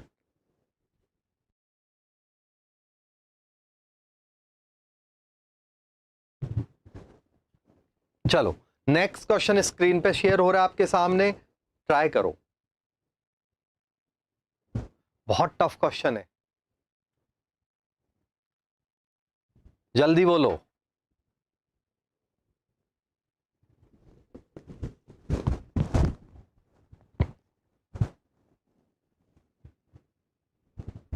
वेरी गुड, कितना अच्छा बच्चा है। लॉलीपॉप क्वेश्चन है, हमें पता है H2O का बॉइलिंग पॉइंट H2S से ज्यादा होता है, क्लासरूम में किया हुआ है, बिकॉज ऑफ हाइड्रोजन बॉन्डिंग। याद आया? Hydrogen bonding. अब ये कह रहा है कि इसका बॉइलिंग पॉइंट 373 है, तो इसका क्या होगा? 373 से कम होगा। तो एक का बॉइलिंग पॉइंट 373 है, तो दूसरे का बॉइलिंग पॉइंट क्या होगा? तो आंसर है 373 से कम ही होगा। क्लियर हो गया सबको? कोई प्रॉब्लम है तो बोलो। नेक्स्ट क्वेश्चन लेते हैं, आंसर आएगा less than 373, more than 1 minute. 1 minute answer था इसका, आपने लिखा वो, बट आंसर फर्स्ट क्यों नहीं देखा आपने? फर्स्ट भी तो हो सकता है। तो उस क्वेश्चन का आंसर क्या आएगा? फर्स्ट आएगा।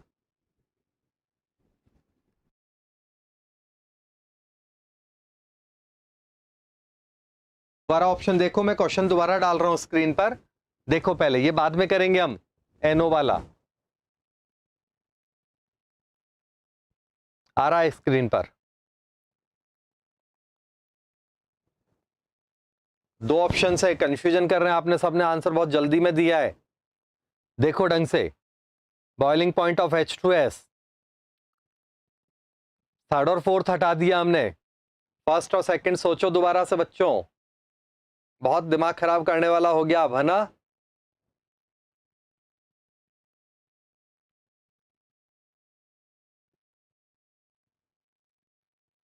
जल्दी बताओ।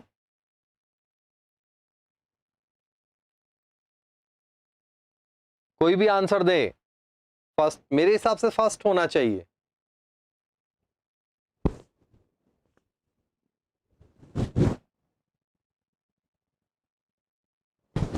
सोचो।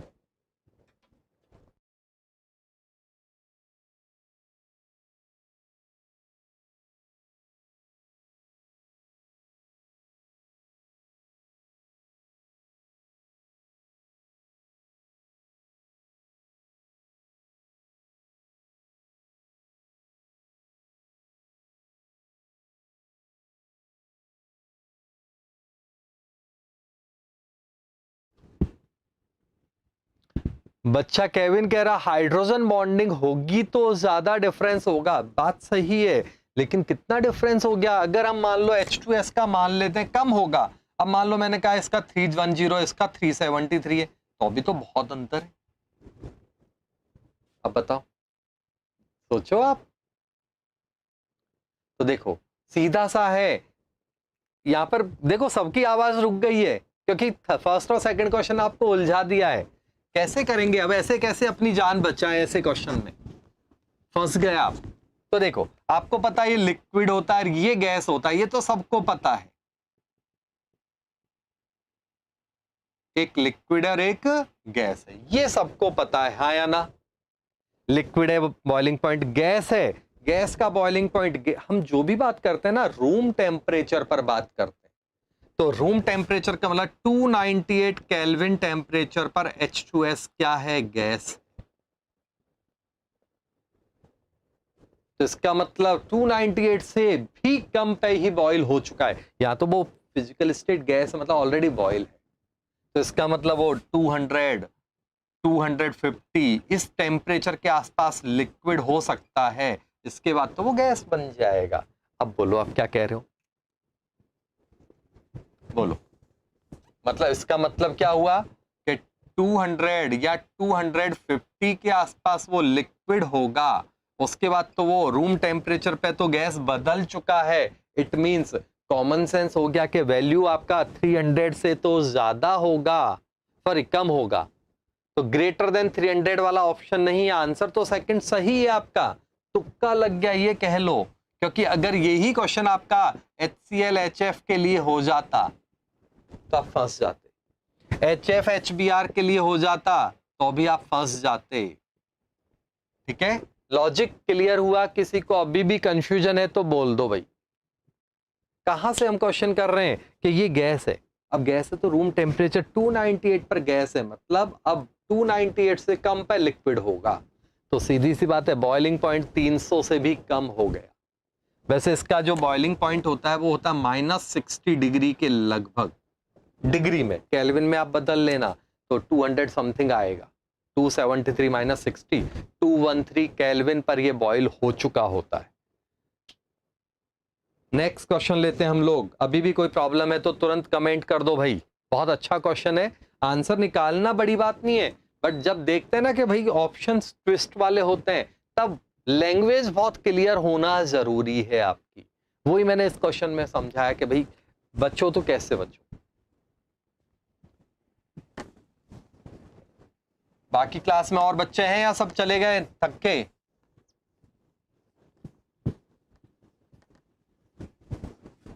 चलो अगला क्वेश्चन है, NO, NO प्लस, NO2 और NO minus maximum bond strength क्या होगी? सेम ऐसे क्वेश्चन हमने क्लास में खूब किए हैं। NO हो गया, NO प्लस,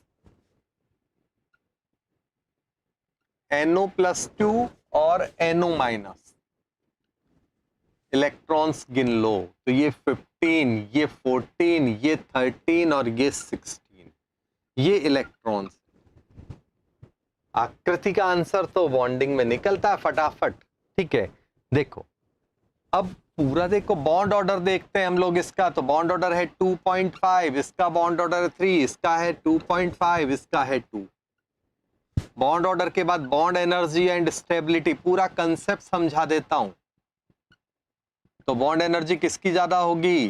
तो NO प्लस सबसे ज्यादा हो गया और NO+2 is greater then NO और NO माइनस। आपको क्या लिखवाया हुआ है कि अगर बॉन्ड ऑर्डर सेम हो तो पॉजिटिव ज्यादा स्टेबल होते हैं कंपेयर में नेगेटिव या नॉर्मल से, हमेशा ध्यान रखना। और बॉन्ड लेंथ की बात करूं तो बॉन्ड लेंथ क्या होता है? बॉन्ड ऑर्डर का उल्टा होता है, तो इसका मतलब क्या हो गया? NO पॉजिटिव सबसे छोटा होगा, NO उससे बड़ा, NO+2 उससे बड़ा, NO माइनस उससे बड़ा। हाँ या ना? कोई डाउट है? बोलो। खत्म? चलो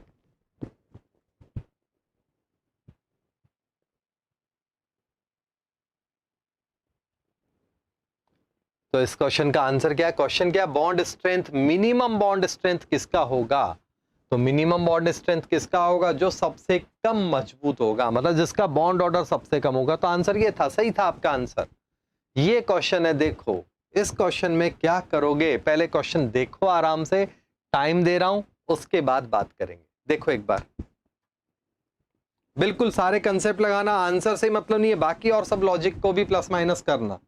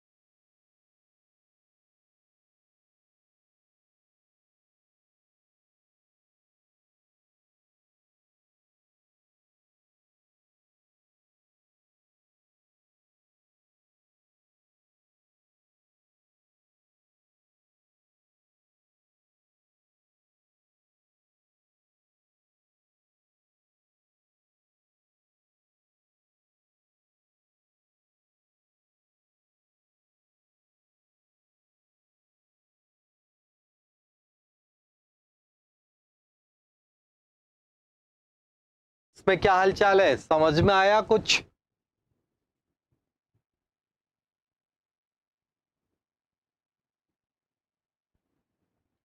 देखो पोटेंशियल एनर्जी दे रखा है, ये हमने कहां पढ़ा था? ये वाला सेम, जहां पर बॉन्डिंग चालू किया ना, पहला एपिसोड में यही बात करवाई थी मैंने। क्या करवाई थी? एनर्जी, मैंने यहां से ऐसा ग्राफ बनाया था, पोटेंशियल एनर्जी, ये प्लस और ये माइनस, ऐसा बनाया था।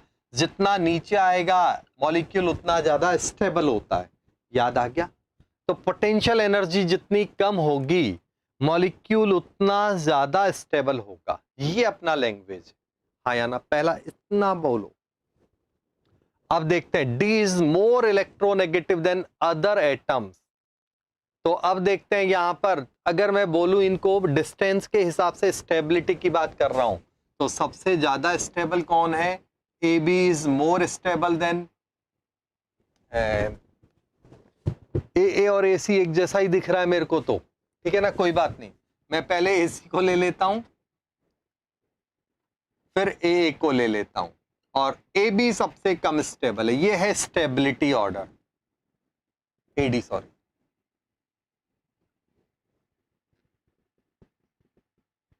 ये स्टेबिलिटी ऑर्डर की बात हो गई, क्लियर है कि नहीं? अब स्टेबिलिटी मॉलिक्यूल की कब बढ़ेगी? तो stability is inversely proportional to electronegativity difference. अगर हम इलेक्ट्रोनेगेटिविटी के हिसाब से देखें, ए तो सब जगह सेम है, जिसका स्टेबिलिटी सबसे ज्यादा है उनमें डिफरेंस सबसे ज्यादा है। इसका मतलब क्या हो गया? इलेक्ट्रोनेगेटिविटी ऑर्डर क्या हो गया? B is greater than C is greater than और equal to A is greater than D। ये मैंने राउंड ऑफ, क्योंकि यहां पर वो ग्राफ में हो सकता है अपने यहां पर कुछ कम दिख रहा हो, या जो भी है 19-20 ही है। बॉन्ड लेंथ अपने आप क्या हो जाएगा? इलेक्ट्रोनेगेटिव स्टेबिलिटी है तो बॉन्ड लेंथ कम हो गई, तो बॉन्ड लेंथ का ऑर्डर क्या हो गया? स्टेबिलिटी ज्यादा है तो बॉन्ड लेंथ कम, तो ए बी का bond length A C almost equal to A और ए डी। जो ज्यादा स्टेबल है उसका बॉन्ड लेंथ कम होगा। A B has the stiff bond, A B has, ठीक है। और चौथा ऑप्शन है A has largest bond enthalpy, bond energy. तो स्टेबिलिटी और एंड बॉन्ड एनर्जी एक ही बात है, यहीं पे लिख दिया मैंने। क्वेश्चन क्या कह रहा, पढ़ो। मॉलिक्यूल द सजेस्टेज दैट, मतलब कौन सी चीज है जो यहां पर सजेस्ट कर रही है, मतलब कौन सा इन चारों ऑप्शंस में से सबसे सही है? तो सबसे ज्यादा इलेक्ट्रोनेगेटिव वाला पहला ऑप्शन गलत हो गया। दूसरा ऑप्शन एडी का बॉन्ड लेंथ सबसे कम होगा, तो बॉन्ड लेंथ एडी का सबसे ज्यादा है, वो भी गलत हो गया। ए बी का अभी पता नहीं, छोड़ो, एक बार डी ऑप्शन देख लो। लार्जेस्ट बॉन्ड एंथैल्पी ए की होगी, ए बी की सेकंड थर्ड होगी, वो भी गलत हो गया। अब ए बी, थर्ड ऑप्शन क्या कह रहा है, A B has the stiffest bond, means यहां पर ये मॉलिक्यूल सबसे ज्यादा बॉन्ड एनर्जी वाला है, स्ट्रॉन्ग बॉन्ड है, मतलब मजबूत है इसका मीनिंग ये होता है। तो आंसर होगा इसका थर्ड। कंफ्यूजन है तो रिपीट करूं, मैंने वैसे पूरा कंसेप्ट समझा दिया है, आप आराम से स्क्रीनशॉट लो, देखो आराम से। फिर भी कोई डाउट है, किसी को कंफ्यूजन है तो बोलो। बाकी दो बच्चों ने तो आंसर दिया है, शैल और आकृति ने थर्ड। क्लियर? रेस्पॉन्स दो। ललित सिंह फोर्थ आंसर बेटा गलत है, थर्ड आंसर है। कोई डाउट है तो तुरंत बोलो, नहीं तो फिर मैं अगला क्वेश्चन स्क्रीन पे शेयर कर रहा हूं।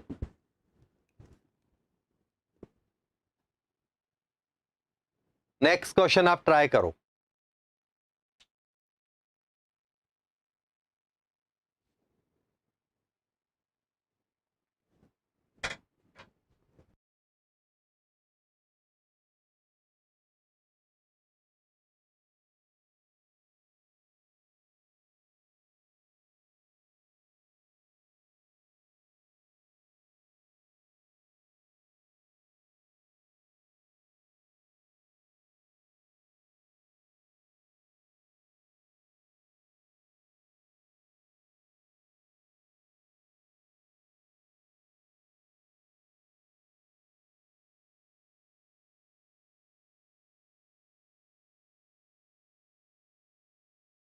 Molecule in which the hybridized molecular orbital involve only 1d, 1d कहां होता है, 1d ऑर्बिटल, मतलब 1d ऑर्बिटल, 1d होगा या तो dsp2 में या होगा sp3d, आगे पीछे d लगाओगे चलेगा। तो पहला वाला तो ये है आपका निकिल टेट्रासाइनाइड, इसका आंसर है। ये आंसर तो मैंने आपको लिखवाया था, अभी मैंने पढ़ाया नहीं है, बट मैंने कहा था आंसर है। रिमेनिंग 3 को आप सॉल्व कर लो, किसी में भी ये हाइब्रिडाइजेशन आ ही नहीं सकता, सब में sp3d3 ऐसे कोई आंसर आएगा, सब में sp3d2 आंसर आ रहा है, बाकी सब में। क्लियर है? तो इसका मतलब आंसर नंबर 1 हो गया, आंसर 1। अगला क्वेश्चन लेते हैं हम लोग, कोई रेस्पॉन्स है तो दो फटाफट, प्रॉब्लम है तो जल्दी बोलो।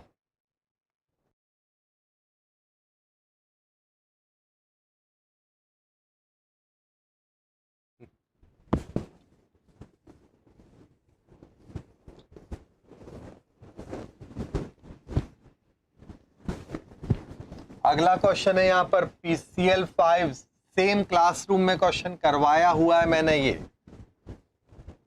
हाइब्रिडाइजेशन के एग्जांपल्स में हेर फेर थोड़ा हो सकता है, आधे करवाए आधे नहीं करवाए, लेकिन ये क्वेश्चन सेम करवाया है। PCl5 सॉलिड स्टेट या फिर पोलर या फिर आयोनिक मीडियम, अगर मैं इसमें लूं तो क्या होगा, PCl4 और PCl6 में बदल जाता है। लैंग्वेज देखना। और अगर ये गैस फेज में होता या नॉन पोलर में होता, बच्चे अपने नोट्स पलटेंगे तो पता चलेगा सेम क्वेश्चन करवाया हुआ है मैंने। तो ये PCl3 और Cl2 में बदलता। यहां पर इसका आंसर है sp3d, यहां हो गया sp3 और यहां हो गया sp3d2।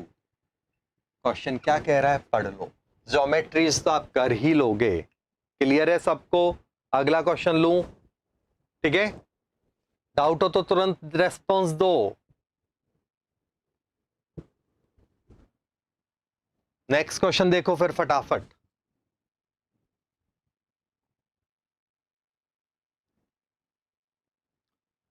Potential energy curve for the hydrogen molecule, बहुत लॉलीपॉप पे अभी अभी भी आया था, तो आंसर अभी अभी वही जो ग्राफ बनाया था ना, पोटेंशियल एनर्जी, मॉलिक्यूल बनता है तो बॉन्ड एनर्जी कम होगी, लेकिन एक लिमिट से ज्यादा पे फिर बॉन्ड एनर्जी बढ़ जाती है। तो आंसर इसका 2 है। कोई डाउट?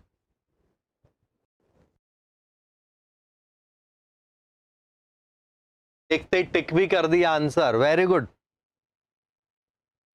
नेक्स्ट क्वेश्चन लेते हैं हम लोग।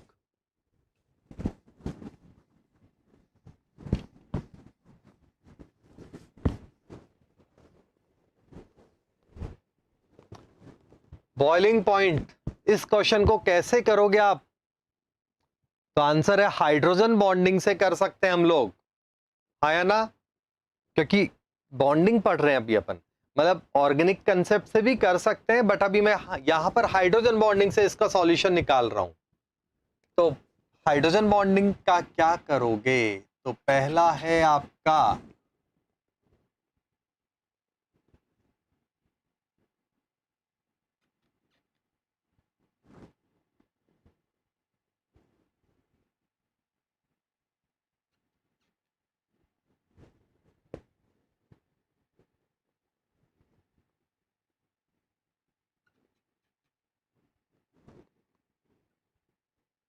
ये 4 ऑप्शन है आपके पास, 1 2 3 4।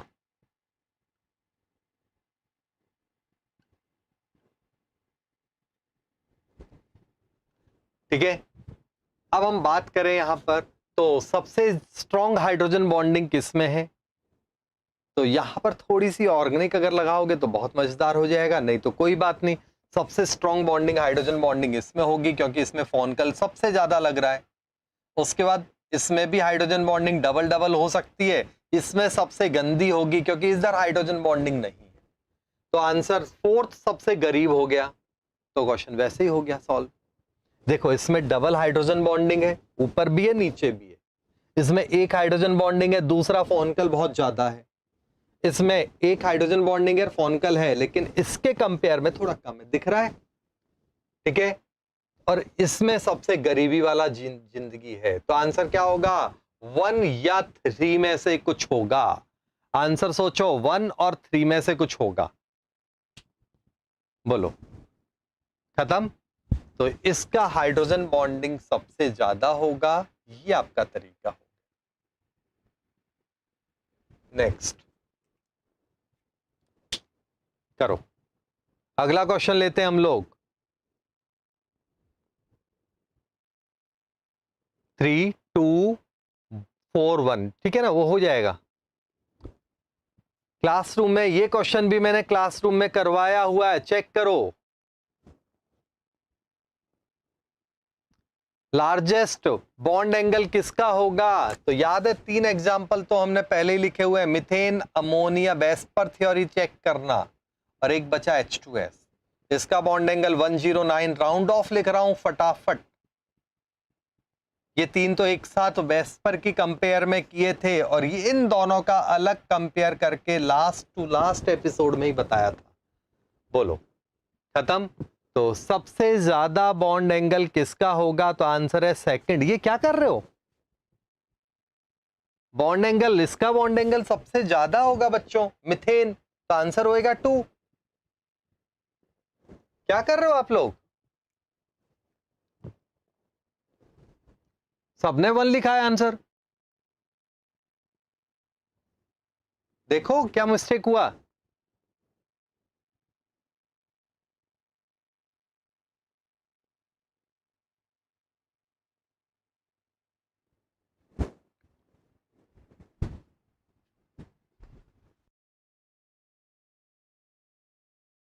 कंफ्यूजन खत्म। क्या मिस्टेक किया आपने? सबने ही भयंकर वाला गलत लिखा है, सिंपल क्वेश्चन को वो भी।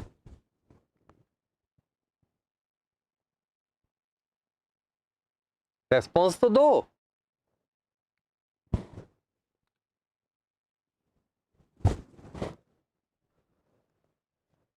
अगला क्वेश्चन है हमारे पास, क्वेश्चन है lattice enthalpy and enthalpy of solution. NaCl का इतना है ना, तो हाइड्रेशन एंथैल्पी कितनी होगी? तो lattice energy Na plus plus Cl minus Na gas Cl minus, यहां से NaCl बनता है सॉलिड। तो ये जो एनर्जी होती है ये है लेटाइस एनर्जी, और ये है 788, इसे कहते हैं lattice energy.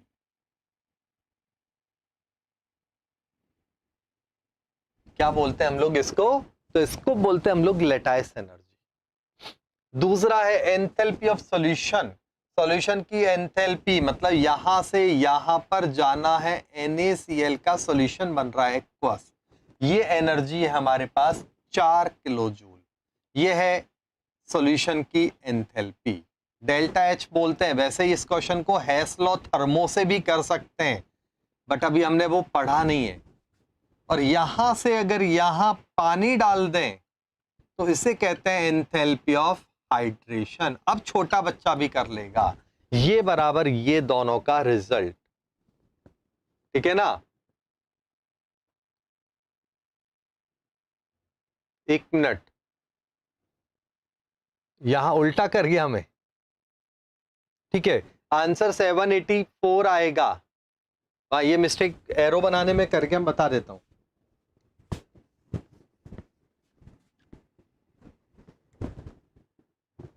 Hydration enthalpy, hydration enthalpy का मतलब क्या होता है? इसको पानी में डालने पर ये था हाइड्रेशन एंथैल्पी। तो यहां से यहां है enthalpy of solution, delta H solution. तो आंसर क्या हो गया? इन दोनों का माइनस करेंगे तो ये आएगा। तो 784। क्लियर? कोई डाउट है तो बोलो। अगला क्वेश्चन लेते हैं हम लोग।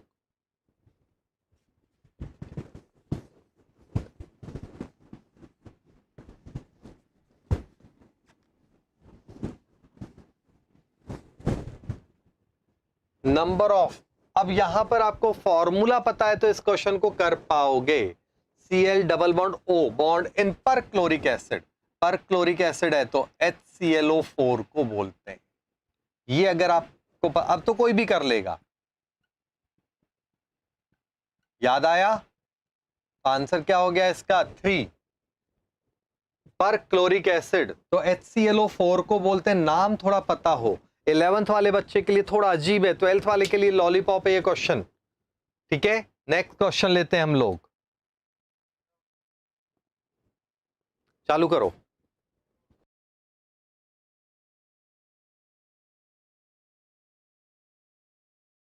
रिडॉक्स क्वेश्चंस, रिडॉक्स रिएक्शन से रिलेटेड जो क्वेश्चंस हैं उनको हम लोग लेते हैं।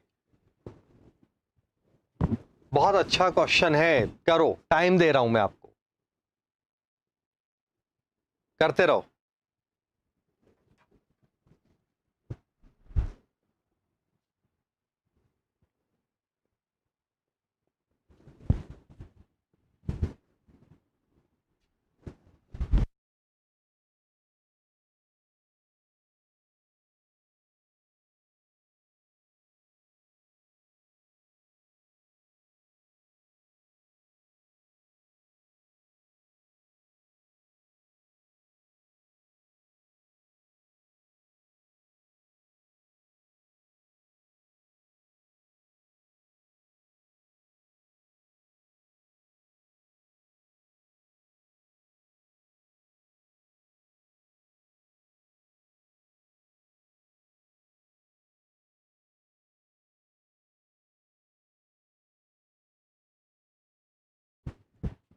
देखो यहां पर क्या है? Na4 Fe Cn का होल 5 NOS, एक ये है। तो यहां पर क्या है? Fe का oxidation number +4 plus x, 5 cyanide का -5 और NOS का -1 इजकल टू 0, तो x इजकल टू +2। दूसरा है Na4 FeO4, यहां निकालना तो +4 plus x -8 equal to 0, x equal to +4। तीसरा है आपका Fe2 CO का होल 5, CO का होल 9 है, सॉरी, CO का होल 9, कोई बात नहीं। 2x इसका निकालना है, प्लस कार्बोनिल का कोई चार्ज नहीं होता, x इजकल टू भी 0। अब ये कह रहा है कि इन तीनों का रिजल्ट क्या है? तो +2 +4 +0, इसका इसका इसका, इन तीनों का रिजल्ट है +6। यही क्वेश्चन कह रहा है आपको। कोई डाउट है? बोलो। खत्म? आया समझ में क्वेश्चन? अगला क्वेश्चन लो। कोई डाउट हो तो रेस्पॉन्स दो इमीडिएट। अगला क्वेश्चन सॉल्व करो।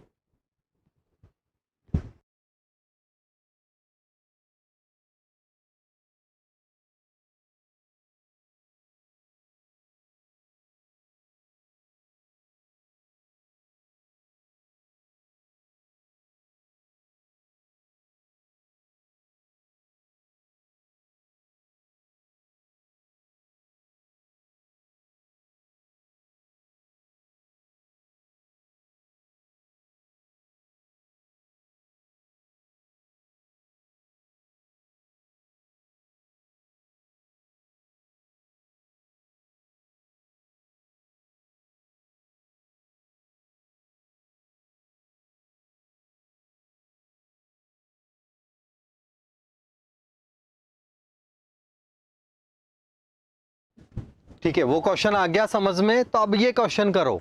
अभी हम लोग रेडॉक्स के JEE के क्वेश्चंस कर रहे हैं जो JEE में आए हुए हैं।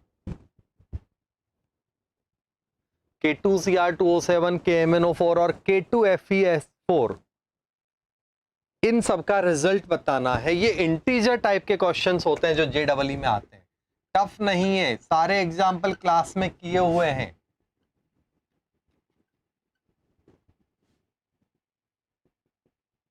देखो यहां पर इसका ऑक्सीडेशन नंबर निकालना है, +2 + 2x - 14 = 0, x = 6, +1 + x - 8 = 0, x = +7, +2 + x - 8 = 0, x = +6। तो टोटल वैल्यू कितनी आई? 19। अगला क्वेश्चन लेते हैं, क्योंकि सबका आंसर सही है तो पूछना ही बेवकूफी है कि समझ में आया या नहीं आया। क्लियर है? नेक्स्ट क्वेश्चन देखो।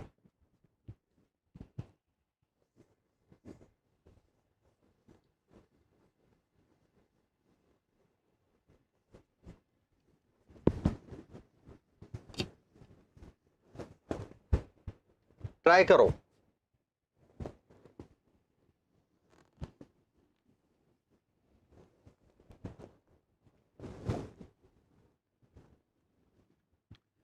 क्वेश्चन क्या कह रहा है? मतलब आप रिएक्शन कंप्लीट कर दो, बैलेंसिंग तो फिर भी करते रहेंगे हम बाद में।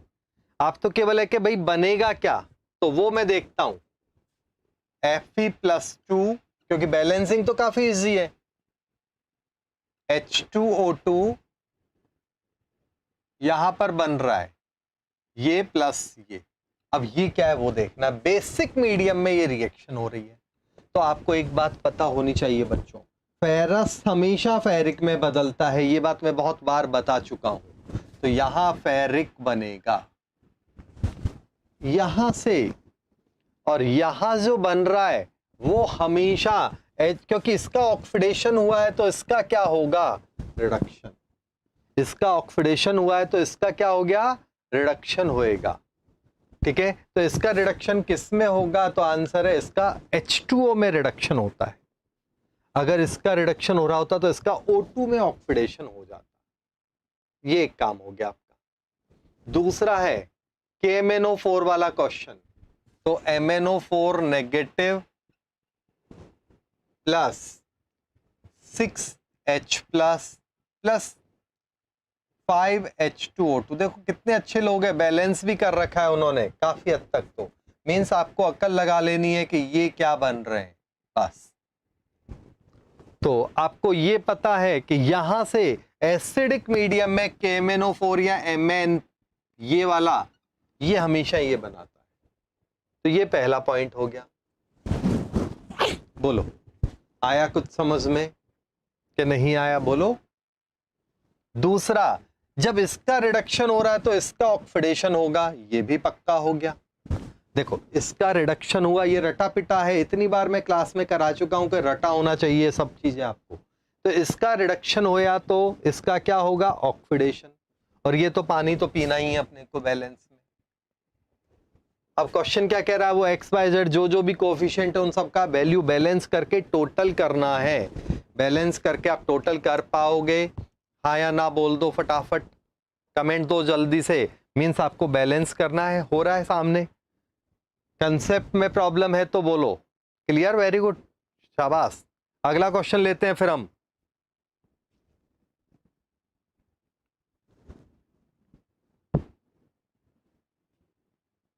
क्या बात है, सबका यस यस यस हो रहा है।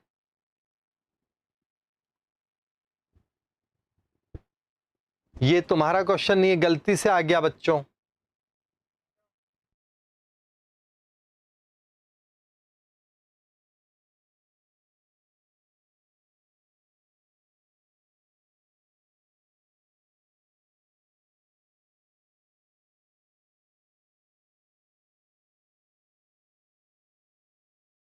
अब हम लोग रेडॉक्स के जो क्वेश्चंस थे वो क्लियर किए हमने। हाँ वो 12th का था, डायरेक्ट था, लेकिन एक्चुअली क्या है ना कि हम केवल वही क्वेश्चंस अभी कर रहे हैं जो लेसन हमने अभी यहाँ 11th में कवर किए। क्वेश्चन वो अगर 12th के ट्रिक देखोगे तो डायरेक्ट है। ये क्वेश्चन है n इजकल टू 4 है तो m equal to -2 quantum number का क्वेश्चन है, पीरियोडिक टेबल और एटॉमिक से मिक्सिंग हो रहा है, तो क्या करोगे? n बराबर 4, n बराबर 4 है तो l का वैल्यू क्या होगा? 0 1 2 3 ऐसे। तो 0 तो केवल s होता है तो इसके लिए m का वैल्यू तो 0 ही होगा। इसके लिए m का वैल्यू -1 +1 और 0 होता है। इसके लिए -2 -1 0 +1 +2 ये होगा। इसके लिए -3 -2 -1 0 +1 +2 +3 ये होगा। ये मैंने मैक्सिमम वैल्यूज ऑफ एल लिख दिए। ठीक है, कोई प्रॉब्लम है? तो अब क्वेश्चन क्या कह रहा है कि -2 कहां पर है? तो -2 एक ये रहा और एक ये रहा। तो आंसर है ओनली फॉर 2 ऑर्बिटल्स ऐसा होगा। आंसर नंबर 4 मतलब 2। क्लियर है कि नहीं? कोई प्रॉब्लम है तो बोल दो। अगला क्वेश्चन खतरनाक क्वेश्चन है, देखते हैं आपके सामने। फटाफट देखो अगला क्वेश्चन, ट्राई करो। शायद मैंने क्लास में करवाया है ये क्वेश्चन भी, फिर भी आप देखो। और आप, मैं कुछ नहीं बोलूंगा, आपको टाइम दूंगा 1-2 मिनट का, फिर बताना आप क्वेश्चन का आंसर क्या है।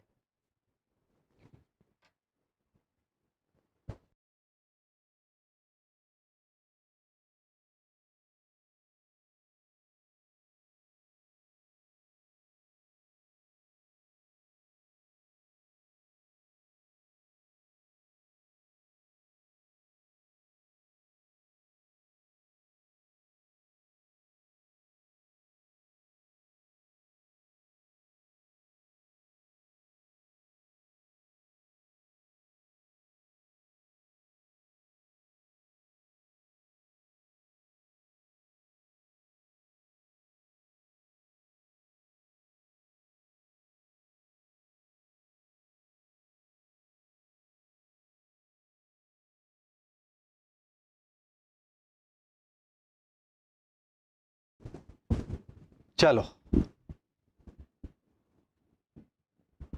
ये क्वेश्चन हमने किया हुआ है शायद, हाँ या ना? चलो देख लेते हैं, एक बार रिपीट कर देता हूं क्योंकि कई बच्चे हो सकता है कि पहले नहीं हो उसमें। यही वाला कंसेप्ट को कंटिन्यू करते हैं। हमारा कंसेप्ट क्या होता है? n का वैल्यू जो होता है तो l का वैल्यू -1 तक चलता है, ये कंसेप्ट है। तो वैल्यू ऑफ l जो होता है वो -1 तक चलता है। ये बचपन की बात थी ओरिजिनल, बट अब क्वेश्चन क्या कह रहा है? क्वेश्चन के हिसाब से हम देख रहे हैं कि l का वैल्यू क्या होगा? 0 से चालू होगा और n+1 तक चलेगा, ये कहना चाह रहा है वो। क्लियर है कि नहीं? तो ऐसा होगा। इसका मतलब अगर n इजकल टू 1 है तो l का वैल्यू क्या होगा? 0 1 और 2। इसका मतलब फर्स्ट ऑर्बिट में 1s भी होगा, 1p भी होगा और 1d भी होगा। अगर n का वैल्यू 2 है तो 0 1 2 3 ये आंसर होएगा। 0 1 2 3 आंसर क्या होगा? ये। तो अब अगर मैं बात करूं तो यहां क्या होगा? 2s 2p 2d 2f ऐसा हो जाता अगर ये बात सही साबित होती तो। पहले तो ये देखो, ठीक है। अब हम बात करें यहां पर तो क्या है? 13 एटॉमिक नंबर भरना है तो 1s, क्योंकि ये ऑर्बिटल पॉसिबल है तो 1s2, उसके बाद 2s नहीं आएगा, 1p, और 1p में 6 इलेक्ट्रॉन भरते हैं p में, फिर 1d में 10 भर सकते हैं लेकिन 8 तो यहां भर चुके हैं। 8 और 5 13, 13 हो गया, 8 एंड 5 13। ये बात हो रही है यहां पर।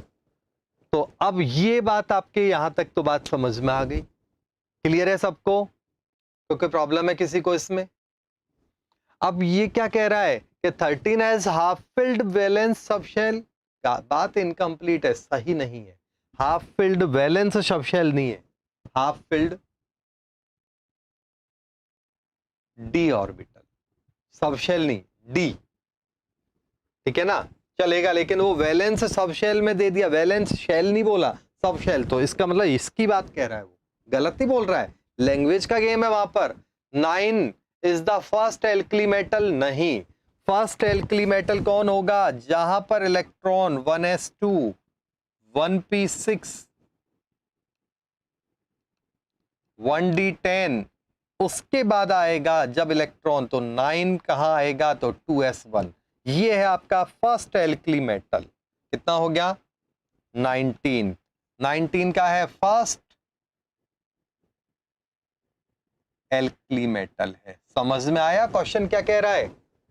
8 is the first noble gas, तो 8 फर्स्ट नोबल गैस कब होगी? वो एलिमेंट जिनका p6 होता है, वो 8 is the first noble gas. ये हो सकता है क्या? तो ये गलत है, क्योंकि फर्स्ट नोबल गैस तो हीलियम ही है, उसमें तो कोई हेर फेर है ही नहीं। 1s2 का वाला हीलियम। क्लियर? कॉन्फ़िगरेशन से नोबल गैस बनती है, या तो 1s2 होगा या फिर p6 होगा तो नोबल गैस होगी। तो फर्स्ट नोबल गैस मैं यहां लिख देता हूं, फर्स्ट नोबल गैस इसके हिसाब से हीलियम हो गया 2। सेकंड नोबल गैस कौन होगी? कई बच्चे ऑर्बिट कंप्लीट करने में लगे रहते हैं, लेकिन वो होगी नियॉन 10। थर्ड नोबल गैस के लिए आपको ध्यान देना पड़ेगा। फर्स्ट नोबल गैस तो यहां तक हो गई, अगले वाले के लिए सोचो। 6 has a 2p valence shell, 6 has a 2p valence subshell. 6 का मतलब क्या है? तो 6 का मतलब क्या होगा? 1s2 और 1p4।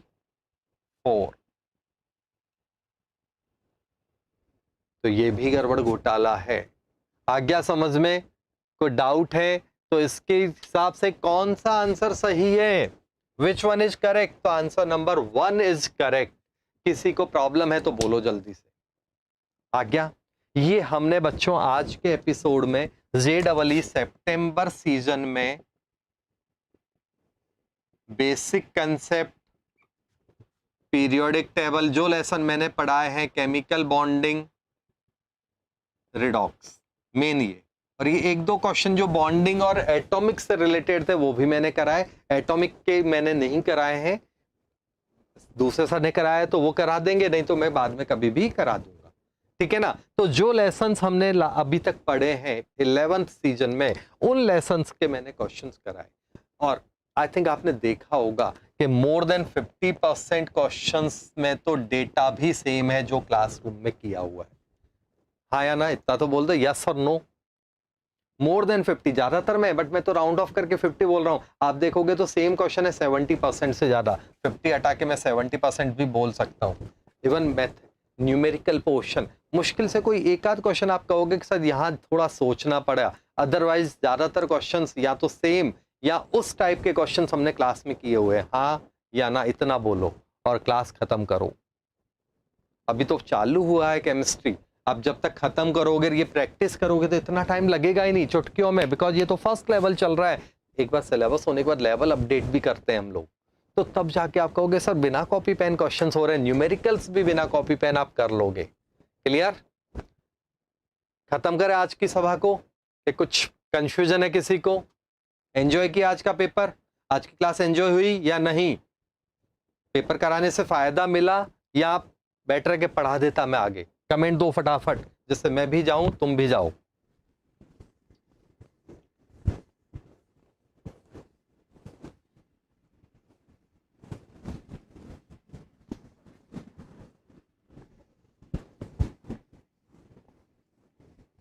चलो फिर मिलते हैं अगले एपिसोड में।